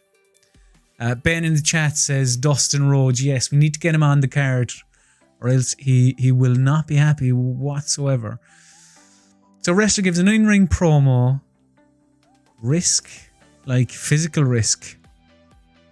How likely the content of the angle is to offend. This is used within the game in relation to workers refusing to take part in angles they disagree with. No, it's nothing offensive about this. So role, catalyst, subject. God, if I do another one of these next week, I'll brush up on how to make angles and then I'll be popping. It will be popping. So injury risk none, can turn, let's just say none. On screen and on screen. So here we go. So two wrestlers. I'm going to have a back and forth. Have a back and forth in-ring promo. Yeah, I think that's fine. So let's go catalyst. Both of them will be rated on the microphone. Storyline change. I can't really have... Well, you know, the two of them...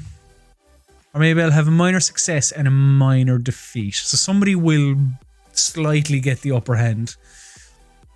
I don't want to... I feel like I'm falling into this rabbit hole of the parity booking. I don't want to. So if I do, you know, pull me up on it. Don't want to be having that. So can turn no appearance on screen. Have this person also on screen. Gender any default angle. For convenience, when a user goes to select an angle during booking, he will see the default angles to begin with. Yeah. So promo in ring. I'll go 1v1. This is much easier than I thought.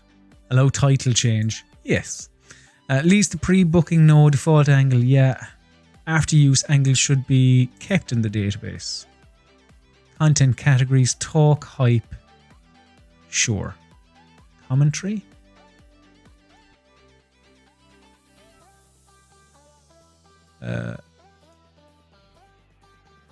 I don't know. It doesn't matter. Save. Good. Okay. Oh, this is going to be great if I can do this now. Make my own fucking angles. Okay, let's start off. Let's give John Moxley, who's going to have... No, do you know what? Let's have Darby Allin. We will have him scripted. Doesn't really make sense to have John Moxley unscripted, but he can play within the rules. We'll have John Moxley unscripted, Darby Allin scripted. And we'll give him... We'll give him 8 minutes to start the show. And... yeah. That's okay. Good. Like, you know, they're unhappy, so fucking get them on the card. Let's hype up a match as well. Match announcement 1v1. Marty Scurll versus Dustin Rhodes. He wasn't a happy bunny. He was left off the card. So let's give him the main event. I feel like I don't know how this has become the main event. But somehow the Marty Scurll, Cody Rhodes thing, Brandy and Awesome Kong has become the main event. I forgot to make Brandy a heel. Well, shit. Or sorry, a face even. Roster. Okay, let's do that here. Set to turn.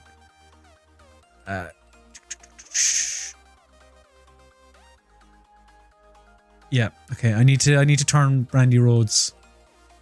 Because it doesn't really make sense what's happening.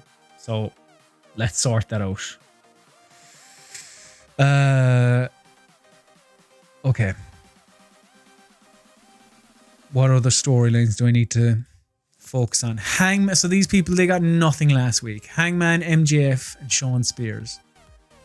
So Hangman, MJF did well in Dark. Let's get Hangman and Shawn Spears in a match. Let's have a decent, good one-on-one as the first match on the show.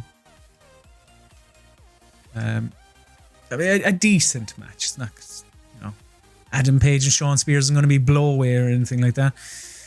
Ben in the chat says, to be fair, it kind of makes sense. Debuted last week, so this week can be hyped around his first proper match with the company. Most definitely, yeah. No, it makes sense to have Marty maybe closing out this show, but I think it's been every episode of Dynamite that I've done in this game. I've had that storyline finish out the show, so maybe not next week, but we'll see. Maybe the crowd will go wild for Dustin Rhodes and Marty Scurll. Right, let's give Adam Page and Shawn Spears 11 minutes of in-ring time. We're going to have Adam Page win, obviously. Match aims are to get the crowd involved, I suppose. That's another thing, Senna, if you're in the chat. The match aims. Is there any way really to tell? Daniel in the chat says, Colm, you noob in TEW? I mean, yeah, basically. However, if you would like to see part 1 and part 2 of this journey, they are on this very YouTube channel. So give them a watch and you'll see me know even less about TEW than I do now by watching those. So do that. Right. So we've Adam Page going over.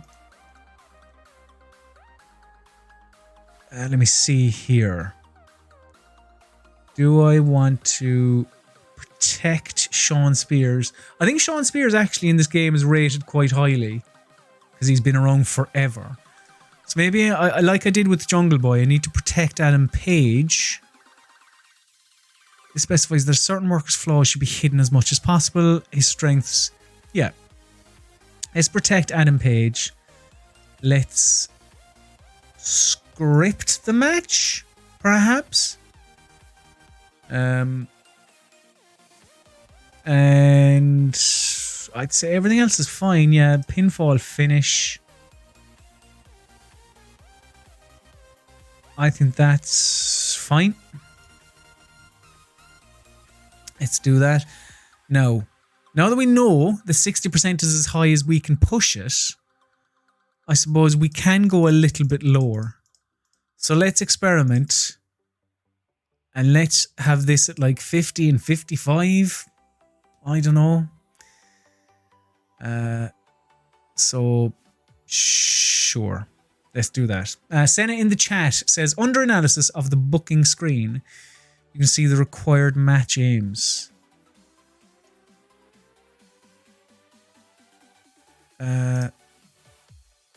Ignore those pre-bookings. I need to delete them. Your product asks for at least one match aimed at high spots, car crash, or steal the show, but you have none so far. Your product asks for at least one match aimed at storytelling, but you have none so far. Huh. Senna adds, never script or call in ring matches. It rarely goes right. This is the shit that I'm looking for. This is great. Daniel in the chat says, play mods historics 1987 or 1997. It is something that I thought about. Maybe I might do an Attitude Era thing. Which would be, I don't know, you could have like, I don't know, I can't think of any mid-carders from the WWF in the late 90s. Was it Val Venus? I don't know. Before he got well into cannabis.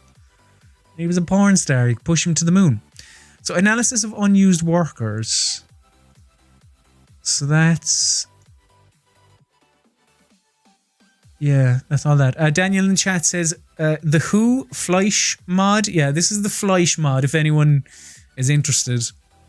This, yeah, their recent mod of TEW with all the AEW stuff in it. It's great. Really good work. Okay, so I need one match that's mental and one match that's storytelling. All right, good to know. Well, the Marty Scurll, let's just add that now. Let's have Marty Scurll and Dustin Rhodes. See, I'm a stickler for this. I don't like Marty Scurll coming out first. Even though he's the heel, and it should nearly always be the heel coming out first. It's his first match. I want him to be coming out last. Big deal made out of him. So let's have them go for 12 minutes. I really thought about that minute. Should it be 12 or 13? I don't know.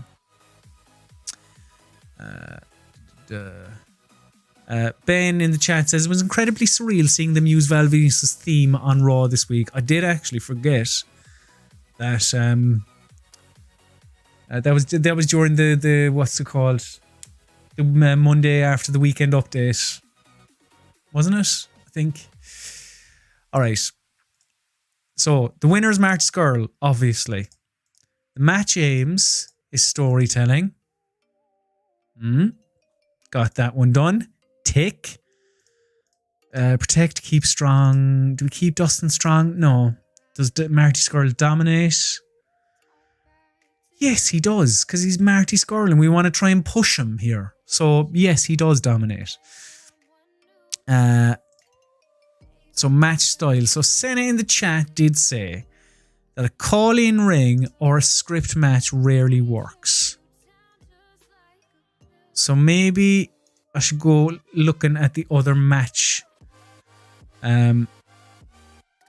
type. So, open match.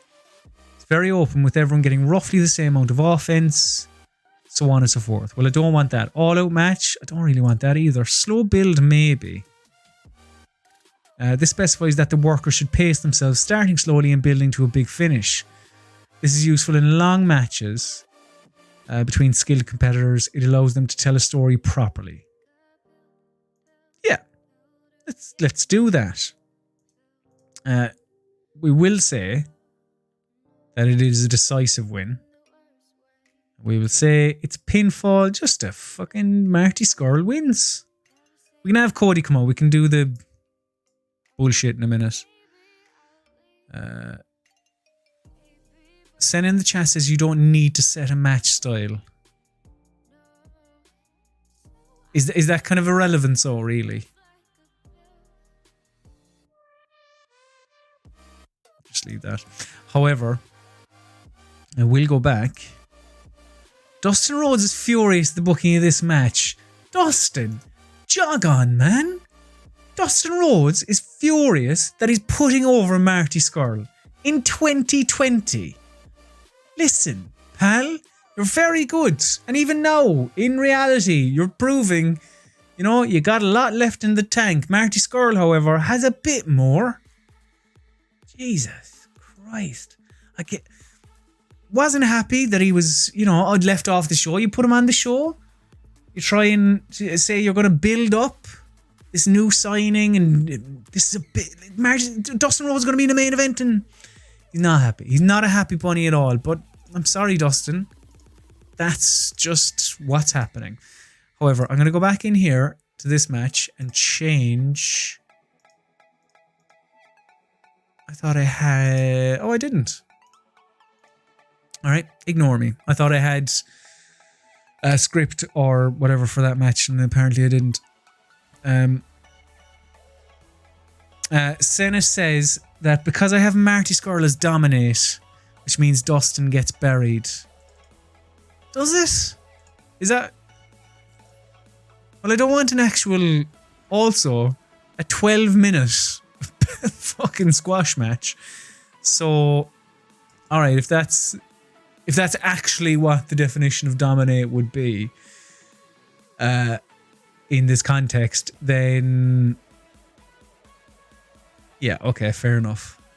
Maybe he'll be a bit Dustin. No, he's still very cross. Storytelling: Marty Scurll, the victor. The workers should pace themselves. The match to end with a decisive finish. No, I'm sorry, Dustin, but that's happening. Thank you anyway. Okay. Alright, we've got to fill in the blanks here now. So, Kenny Omega does need to get one over on Chris Jericho in this. You know what we'll do? Let's have a barn burner of a 6-man tag. Participants 6. I think it's action. No, it's not.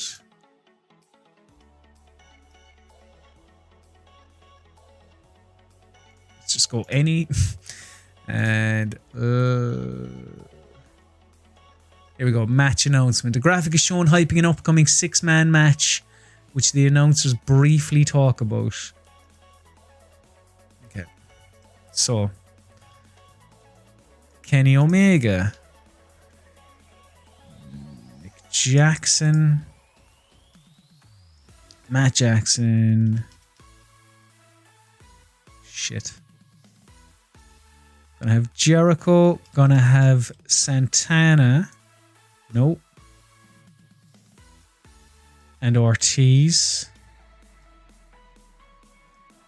And they're gonna be in a 6-man match. Yeah, what am I doing? Segment is only 1 minute. So we can hype that up whenever after. Stick another match in there. Let's add that match. I'm kind of jumping around here now, so again, as I said, we'll organize the actual order of the card. Ben in the chat says, "No, I'm tempted to watch that Shield versus Rhodes Brothers match from Battlegrounds a few years ago. Man, that was a great one. It was. It was a really terrific match. That whole it was around that period, kind of ish, where you had the Dusty Rhodes promo on Stephanie as well, wasn't it? He put his hand up to her. There was war. That was good. So let's have 6-man. If we go in here, we can speed it up. Young Bucks. Gonna go over, lads. There you go. Kenny.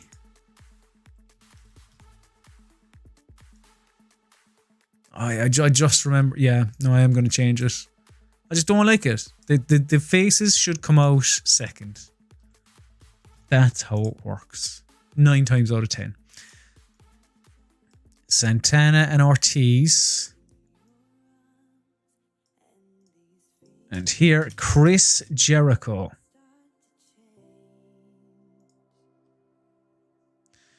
Inner Circle versus the Elite. This is a ridiculous match. And it's not even the main event. Let's give them 17 minutes. It's 16. It's very important, that 1 minute. Okay. Victor. I think Kenny Omega needs to, after getting the shit kicked out of him last week, the loser can be Ortiz. He can eat a pin. I mean, technically, Santana can eat a pin, actually. Because he beat Nick Jackson last week. So, match aims. Now, when we looked at the analysis, it said something like, what was it? Steal the show. Bloody, bloody, blah, whatever the other thing was. But there needs to be at least one steal the show match. This will be that match. Don't need to protect. Do we? But you know what? Off the top of my head, the game has sort of taught me that Santana and Ortiz are actually shit in this world. So maybe it's worth protecting one of them. Limited involvement. This specifies that a certain worker should have a limited involvement in the match. This means they will leave the bulk of the action to the other wrestlers. I mean, I'd say Jericho. But just because he's getting on. This is a good way of protecting injured wrestlers, hiding poor ones, or limiting the chances of someone botching spots. I'll leave that. Leave all that. Kenny, I suppose will be a pinfall win. Yeah, no, I think that's just a good match is what we're looking for here. At least I would say. So, save you. Even I'd like a little... I'd want a post-match attack or even a beatdown, a celebration. Having just won a tag match, a team celebrates in the ring. Because the people love Kenny Omega so much, I just want... yeah, I mean, I could... Let's do this because I fucking love him. Post-match celebration. Trios. Having just won a match, a trios team celebrates in the ring. Type plotting. Type of angle is used within the game to help the... plotting. Hype? I don't know. It's a major impact. Sure. Right. Catalyst. Overness. Bloody blah. This person also on screen. Kept in the database. This is great that I've learned how to actually make angles and matches and whatever else. This is fantastic. So, yeah, we'll say it's a transition. So it can be like 3 minutes long. Save. So select that. And have Kenny. Again, just because the crowd fucking love them. I mean, 3 minutes does seem like a long time, but let's just pretend that involves replays of the finish and whatever else. And JR saying things like, good God Almighty, that was a very good match, wasn't it? And then Excalibur tries to call a move, and then JR says, what are you doing? Fuck off. So something like that. That's what's playing out in my head anyway. So go save that. So how much? So you've booked 7 segments taking 59 minutes. So there are a couple of other things we need to kind of take into consideration. I think this is a strong Dynamite now, this. So we've Moxley and Allen on the card and covered. Oh, could I forget? We're going to push Orange Cassidy, right? Get Orange Cassidy out there. We're going to have Let's have a tag match. Yeah, fuck, I can't do another 6-man. Shit. Let's have Orange Cassidy. Let's kind of cross the streams here. Orange Cassidy and Jungle Boy. We're up against Pac and Pentagon. That sounds like a smashing tag team match. Well up for this. We'll give them 9 minutes. I haven't actually had any comedy matches. This specifies that the aim of the match is to entertain the crowd with comedy. This is a good way to give the fans a breather before hitting them with more exciting or emotional content. These sorts of matches require charismatic workers and generally cannot go more than 10 minutes. I'm going to try a comedy match because, as I say, it's something that I haven't done in TEW yet. So it's going to be a comedy match. Orange Cassidy is going to pin Pentagon Jr.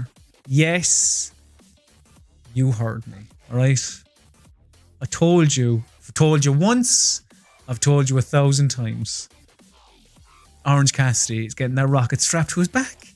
And that's the end of it.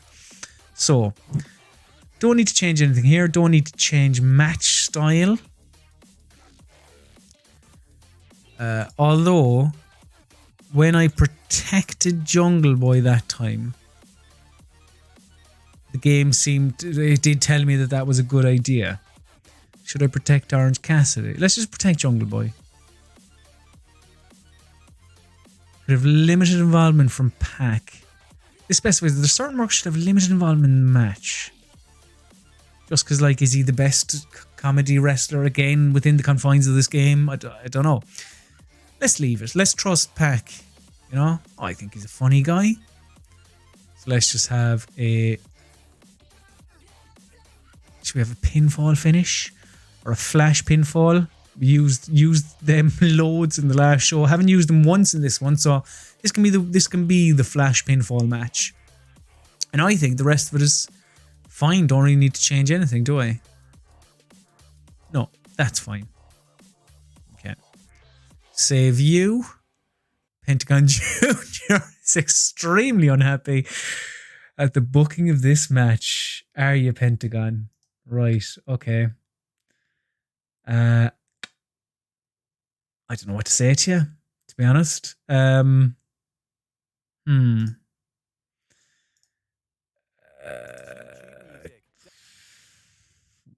Tough, really. You're going to be putting over Orange Cassidy, and that's kind of the end of it, really. But you know, I'm sure he understands, really. It's for the best for everyone involved. So, yeah, let's do that. Orange Cassidy, and Jungle Boy. So let's stick that before the Inner Circle and the Elite. Right, Dustin Rhodes and Marty Scurll is going on last. So, Darby Allin and John Moxley, Scurll and Dustin hyped, Adam Page and Shawn Spears. Okay, we need a match here. Do you know what? We need a match here is where we need a match.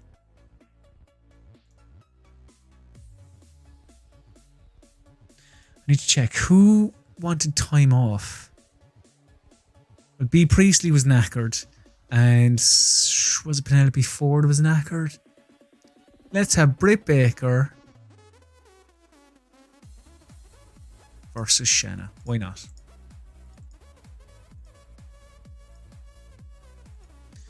Okay. Britt Baker, Shanna. We give him 9 minutes.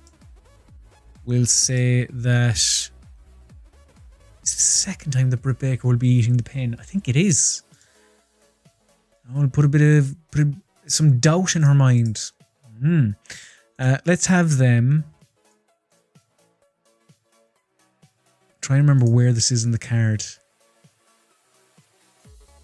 So this would be coming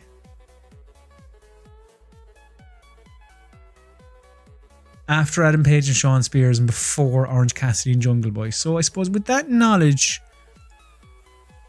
they could work the crowd and protect Britt Baker. I'm just kind of, I'm just throwing things out there. Why not? And let's say it is a pinfall finish. Let's just go with that. It's fine. I just want to do one more episode of Dynamite before we call it an evening. So let's save you. That's 81 minutes. Let's move that match to here. So then you have Orange Cassidy and Jungle Boy versus Pac and Pentagon Jr. Then we could have Inner Circle versus the Elite. So I need another... It's very match heavy. Which is fine. You must book at least 34 minutes to proceed. But I want a show closing angle as well. Where... I suppose... Cody comes out and... Let me see. Let me find a post-match. I want Cody to come out and try to attack him. And, fail. Essentially. So, post-match... Attack one-on-one. A worker who's just won is celebrating. I don't want the attack to land. I could have, a worker who's just won a singles match celebrates in the ring by dancing sexily. Marty could swivel those hips. Be lovely, wouldn't it? Singles catchphrase before a match. Worker takes the microphone as catchphrase. Blah, blah, blah. So let's have... Hang on. Because this... I need to get out of the mindset that this here matters. Because it doesn't really. It's not like... the description of this. A tag team... Well, hang on. Let's do the attack one-on-one.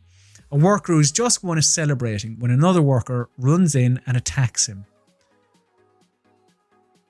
Because this is rated on overness and overness. I could clone this angle. And I could call it whatever I want. Really. So let's have...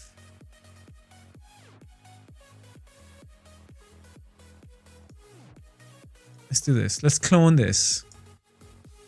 And instead, let's call this... Because I want the, I want the save, essentially. Well, not the save. I want the cowardly getaway. So, post-match, cowardly retreat. Worker who's just won is celebrating when another worker runs in and chases them off. So, type, sure, action.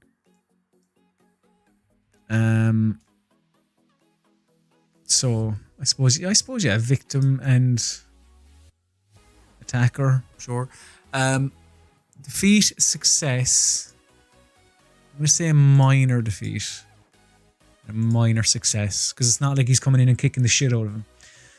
So injury risk, none. Can turn. Yeah, I suppose they can actually, can't they? No, not with this. Fuck that. Appearance on screen, blah blah blah. I don't know how you rate. You can't really rate overness, entertainment, microphone, acting, sex appeal, menace, selling. I'll leave it on overness. And we'll go with that. So select you. We're going to have Marty Scurll be ran off by Cody. And it can go for 4 minutes. Again, replays and all that shit. So, it's not... Well, yeah, it's a sort of attack. Okay, so that's 85 minutes. What else am I missing? What are the important storylines that aren't being covered on this episode of AEW Dynamite? What else do I need? So that's covered. That's covered, because of course it's going to be covered. Why wouldn't it be? Statlander and Gibbs. I haven't actually had them on television in a bit. So maybe I should do that. Or the Bunny and Hikaru Shida. I think that I've made up my mind. Tag team match. Let's do it. Let's cross the streams. And let's go. The Bunny and who was it? Sadie Gibbs. The Bunny and Sadie Gibbs versus Hikaru Shida and Chris Statlander. Solid. This is a magnificent episode of AEW Dynamite. This. Okay. Let's give him 7 minutes. Let's say, well, yeah. I mean, above all of them, I really want Hikaru Shida to kind of come out as the most over. So let's have Sadie Gibbs put her over and keep strong. Protect. Who do I need to protect out of all these? Who is the least experienced? I'm going to take a chance and I'm just going to leave it. I'm going to trust them. That's fine. They'll be okay. Okay, do that. Now I'm going to move that down the card. In between them, maybe? Actually, yeah, hang on. Maybe let's calm the crowd. I haven't done that in this playthrough either, so I want to see. Well, in this playthrough, I'm telling a fib basically. I haven't done this, done the whole the changing the match aim to calm the crowd. So I'm going to see what that does. So because they're going to be calmed after the Inner Circle versus the Elite, which would be Mental, Orange Cassidy and that, Britt Baker and Shanna. I mean, I have time. I could just do a generic promo from... A wrestler gives a generic backstage promo. Let's give MJF the... Why the fuck?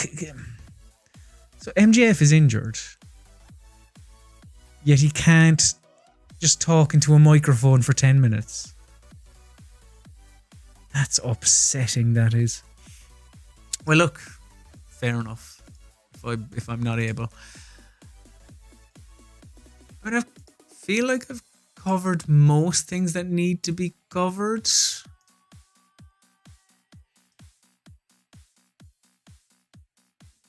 Let's, I don't know, just do a sort of an exhibition three-way between three wrestlers that I haven't really featured yet, or. Yeah, why not? Who, I mean, people said Angelico in last week's show was absolutely phenomenal. So let's give Angelico. Also, Kip Sabian he's highlighted in my, what's it called? The top prospects, whatever it is. So stick him in there. And also, I don't know, who else hasn't wrestled? Peter Avalon. Where Jimmy Havoc. Get Jimmy Havoc on television as well. And let's give him 10 minutes. The crowd will probably be wondering, why is this match happening? But fuck it. Let's make Kip Sabian win. Let's have everything else can be a wild brawl. This specifies that the aim of the match is to get a wild brawl going. This can be exciting content, but generally needs a crowd who have been warmed up properly. Nah, match, just a regular match. I'm just going to have a regular match and they can work it out themselves. Just trying to fill out the time now, to be honest. Who did I have? I'd keep Sabian win. Angelico is extremely unhappy. Did I have Angelico to win? I can have Jimmy Havoc. Makes no odds to me. Angelico. Why are you unhappy, Angelico?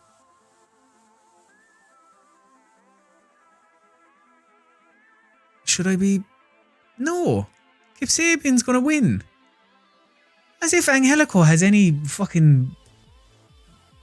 Can't be trying to call the shots. No. Kip Sabian's going to win. Okay, save that. Yes. Jimmy Havoc is furious. I've pissed off. I've been trying to put him on the card. I've pissed off both Angelico and Jimmy Havoc.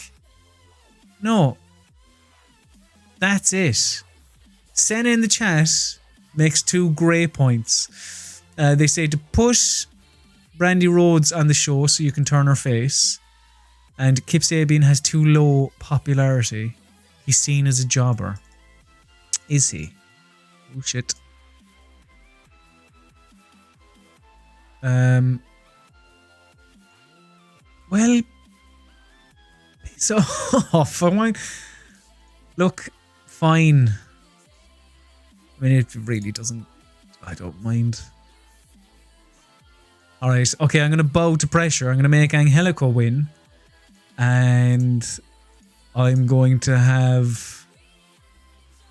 No, I'm going to have Jimmy Havoc lose. But I'll have Angelico win just because, to be fair, in the match between the Hybrid 2 and the Dark Order last week, Angelico was highlighted as the greatest thing ever. So, look, let's give him a shot. Let's see what he's got. So, Angelico to win, Jimmy Havoc to lose. And that is it. I'm a weak leader, it appears. Okay. Ah, look at that. But no cribbing from either. So, yes, Senna says put Brandy Rhodes on the show so you can turn her face. That is an excellent point.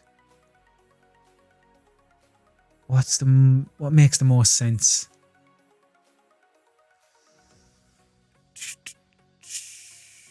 Can I...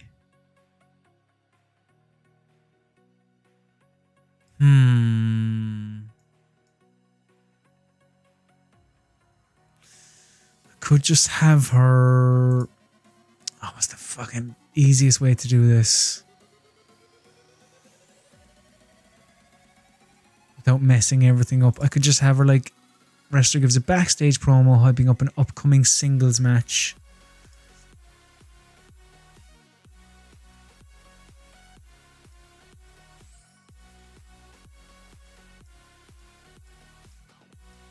How do I turn Brandy heel? What's the most effective way? Or sorry, turn her face, I mean.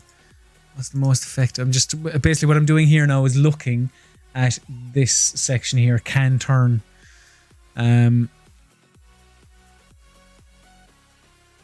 in the chat says Angle calling out Kong. That feels like too much of this storyline in one. But I might have to do that.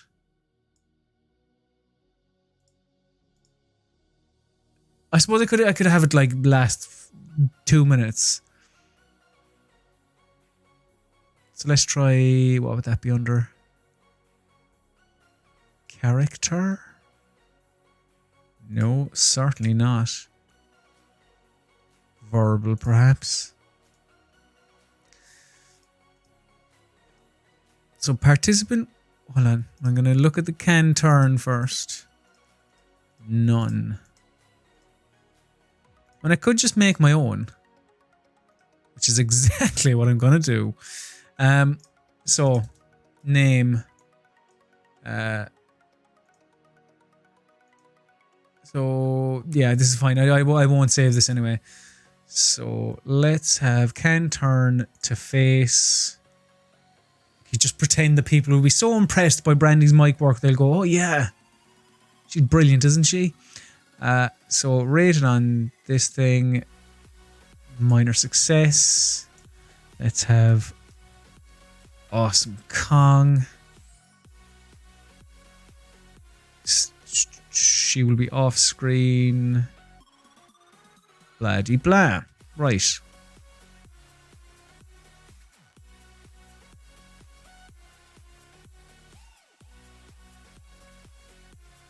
Okay. There's an already with an A. Oh yeah, okay. Unanswered challenge, and I won't save it to the database because I think even what I'm doing here. Oh shit! Roll Awesome Kong. Awesome Kong, Brandy Rhodes. She will be scripted. We'll do it for like 3 minutes. And she will most certainly turn face. Where's the best place to run this? Let's say there. So I need 6 more minutes to proceed. Well, this should be easy. Let's just kind of dole these 6 minutes out, I would say. Unless there's somebody... I mean, I haven't highlighted... Do you know what? I haven't highlighted Riho because she asked for some time off. So let's do one of these hype videos. Just to remind people of who Riho is. Where is this hype video? I want a hype 1v1 video.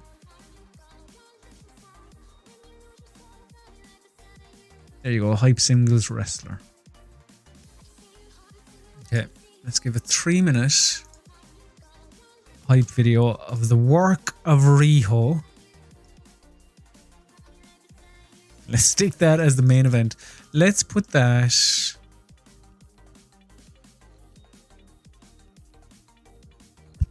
there.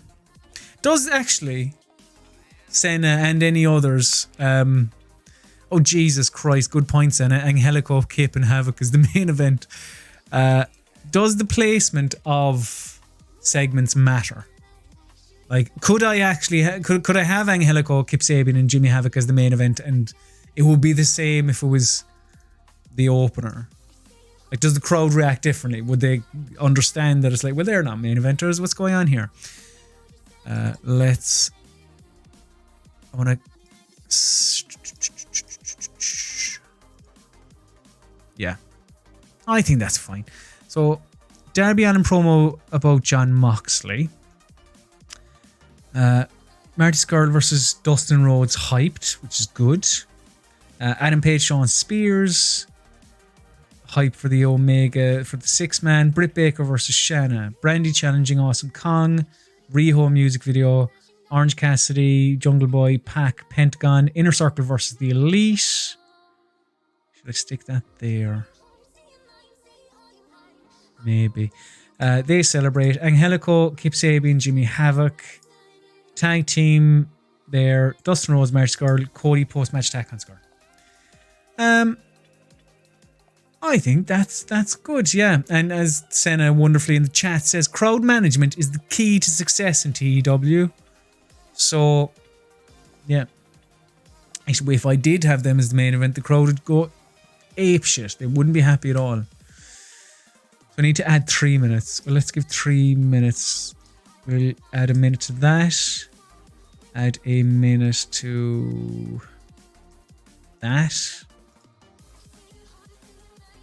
And what else is something that can... 20 minutes, fucking hell. Let's give these lads a minute. That's the lot. Okay.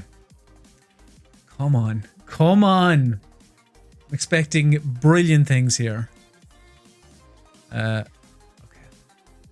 Let's... oh, let's try. Let's try. Okay. Run the show. Are you sure? Yes, I am sure. Go for it. D+. Alright, shaky start, but I think this has legs. John Moxley came across well. Darby Allin underperformed. Shit. Yeah. Let's carry on.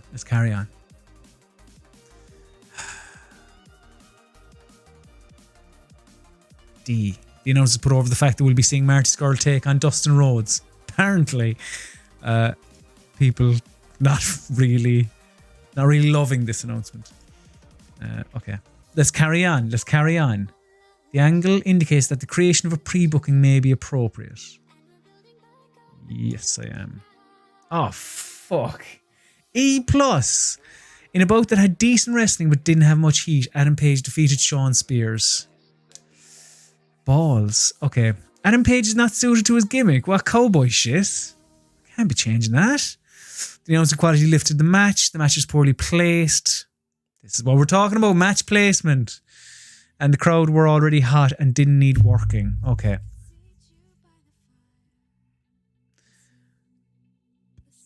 The storyline lost heat. Okay.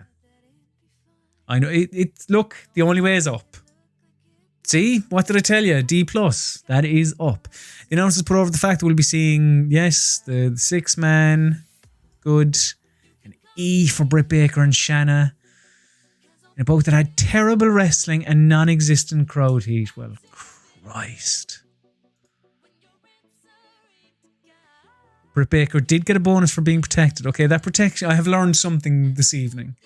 The protected attribute does really matter for people who maybe aren't seasoned veterans. Okay, let's carry on. An angle featuring Brandy Rhodes, so an E+. Brandy Rhodes used subtle mannerisms to hint at a future face turn. Bollocks. How do I... Can I not turn her face? No?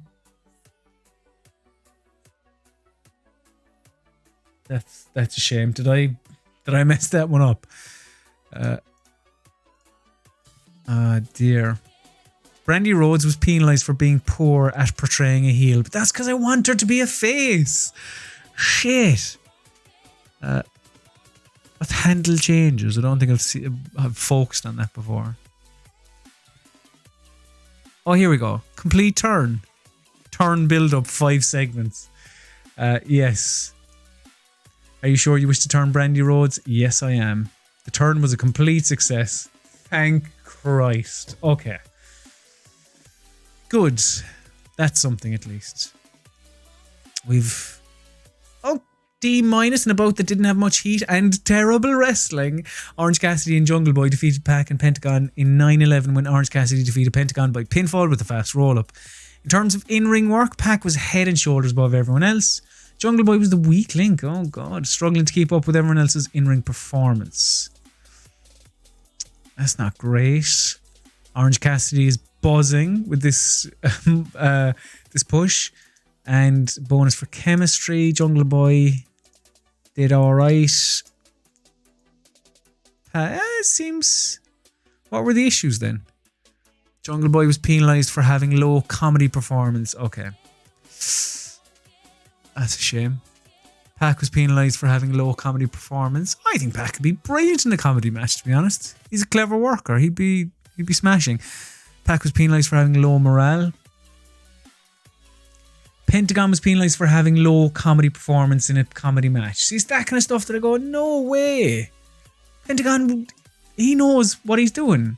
He'd be unbelievable. But, I mean, you could say a lot of Pentagon's shtick can be skewed to a comedic tone quite easily, actually.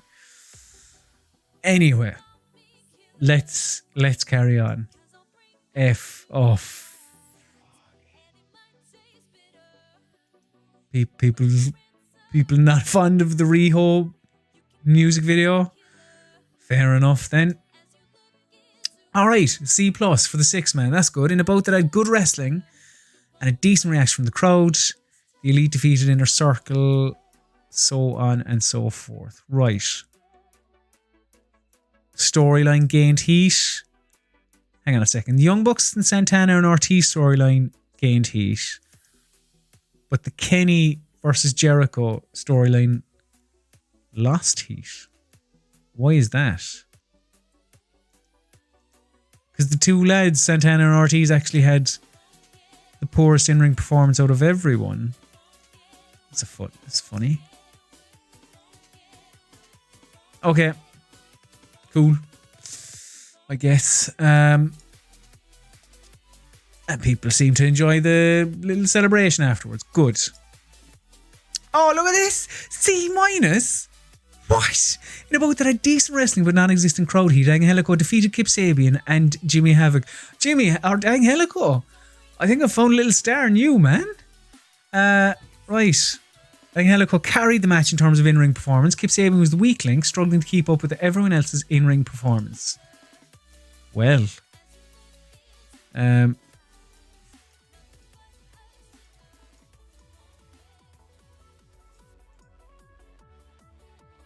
Angelico, good gimmick, high morale, star quality.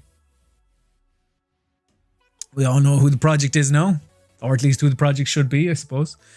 Okay, next segment was the tag match. Oh, Jesus. In a bout that had terrible wrestling and non-existent crowd heat. Oh, God. The bunny is not suited to her gimmick. Hikaru Shida is not suited to her gimmick. So the bunny had an in-ring performance of E+. She was the weakest in the ring and apparently isn't suited to her gimmick.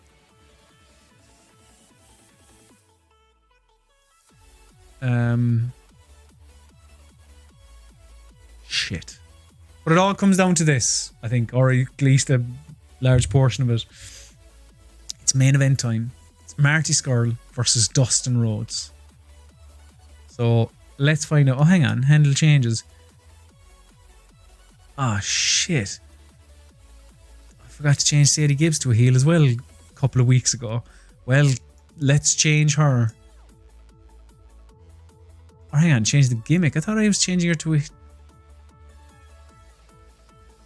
No, piss off. I don't know what that's about.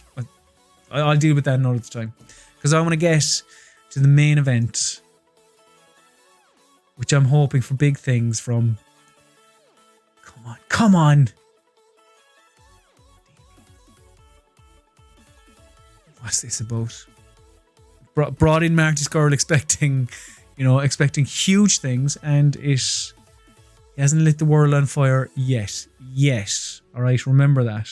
It's important. So the match got the crowd hotter. Suffered due to its booking. There simply wasn't enough time for the workers to take a slow build approach.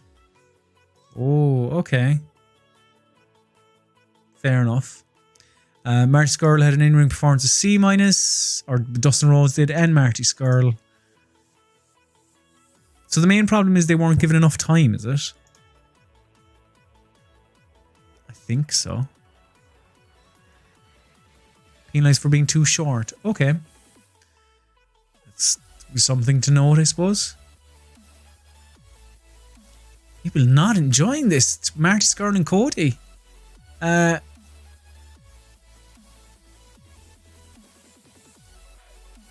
Scurll was very underwhelming.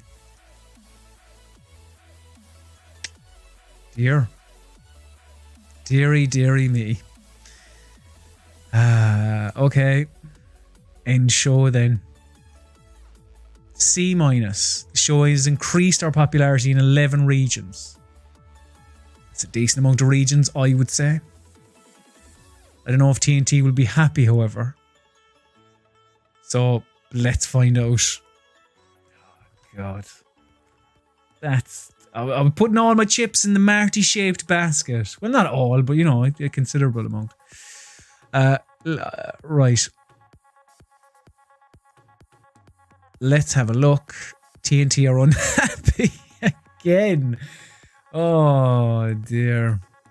What did it get? TNT, got a 0.89. Need to sort this out big time. Isaiah Cassidy complained, is unhappy with the push you were giving him. He thinks it should be better. Oh. What do I have to do? What's going on? Why is the entire roster so cross? it's a learning experience, and Senna, you have been a massive help this evening. Even there, you say the Matt James Green has it all listed. Just so much, Senna, you know, just jumped in head first. And fucking hell.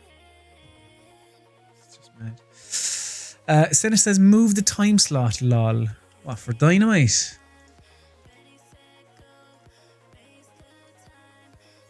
When is it?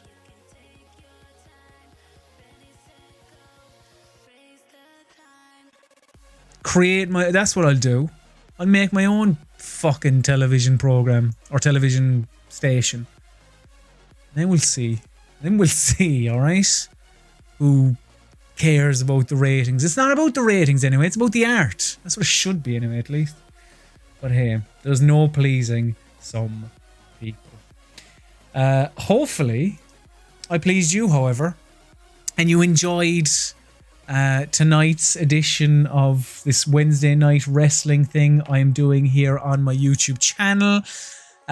If you enjoyed it and you want to see it again next week, do you know what? Like, I'm enjoying it. I like to kind of make it a kind of weekly thing, which it has been. But yeah, if you want to see more of it, you know, tell people that enjoy wrestling, tell them to come in and chat and watch and help us turn things around, because that appears what needs to be done with this version of AEW. But yes, once again, thank you very much for watching. Of course, if you liked this video, please like this video and give it a thumbs up. That would be much appreciated. As I said, tell your friends and strangers on the street and all that type of stuff about my YouTube channel and all the other videos I've done here, like the indie games one, the singing one I did the other day, which I was quite proud of. Please do have a look at that. But what else can you do? You can also follow me on all the social medias at ColmAhern on Twitter, Instagram, so on and so forth. But most importantly, the best thing you could do is to subscribe and then hit the button. That would be fantastic. Then you'll be notified of all future uploads, all future live streams, all future video content. So do that and it'll be great, won't it? It will. So once again, thank you very much for watching. I know that you're champing at the bit to get to tonight's edition of Love Island, so I will keep you no longer. It's been an absolute journey this evening, and maybe again next week if we try once again to book AEW. Let's give it a shot. Let's see what happens. But thank you very much. Again, I have been ColmAhern, and you, my dear, you have been beautiful. Mwah. Good night, and see you next week. Or maybe even before then. Who knows? We might run a stream then. Anyway. Bye. Bye.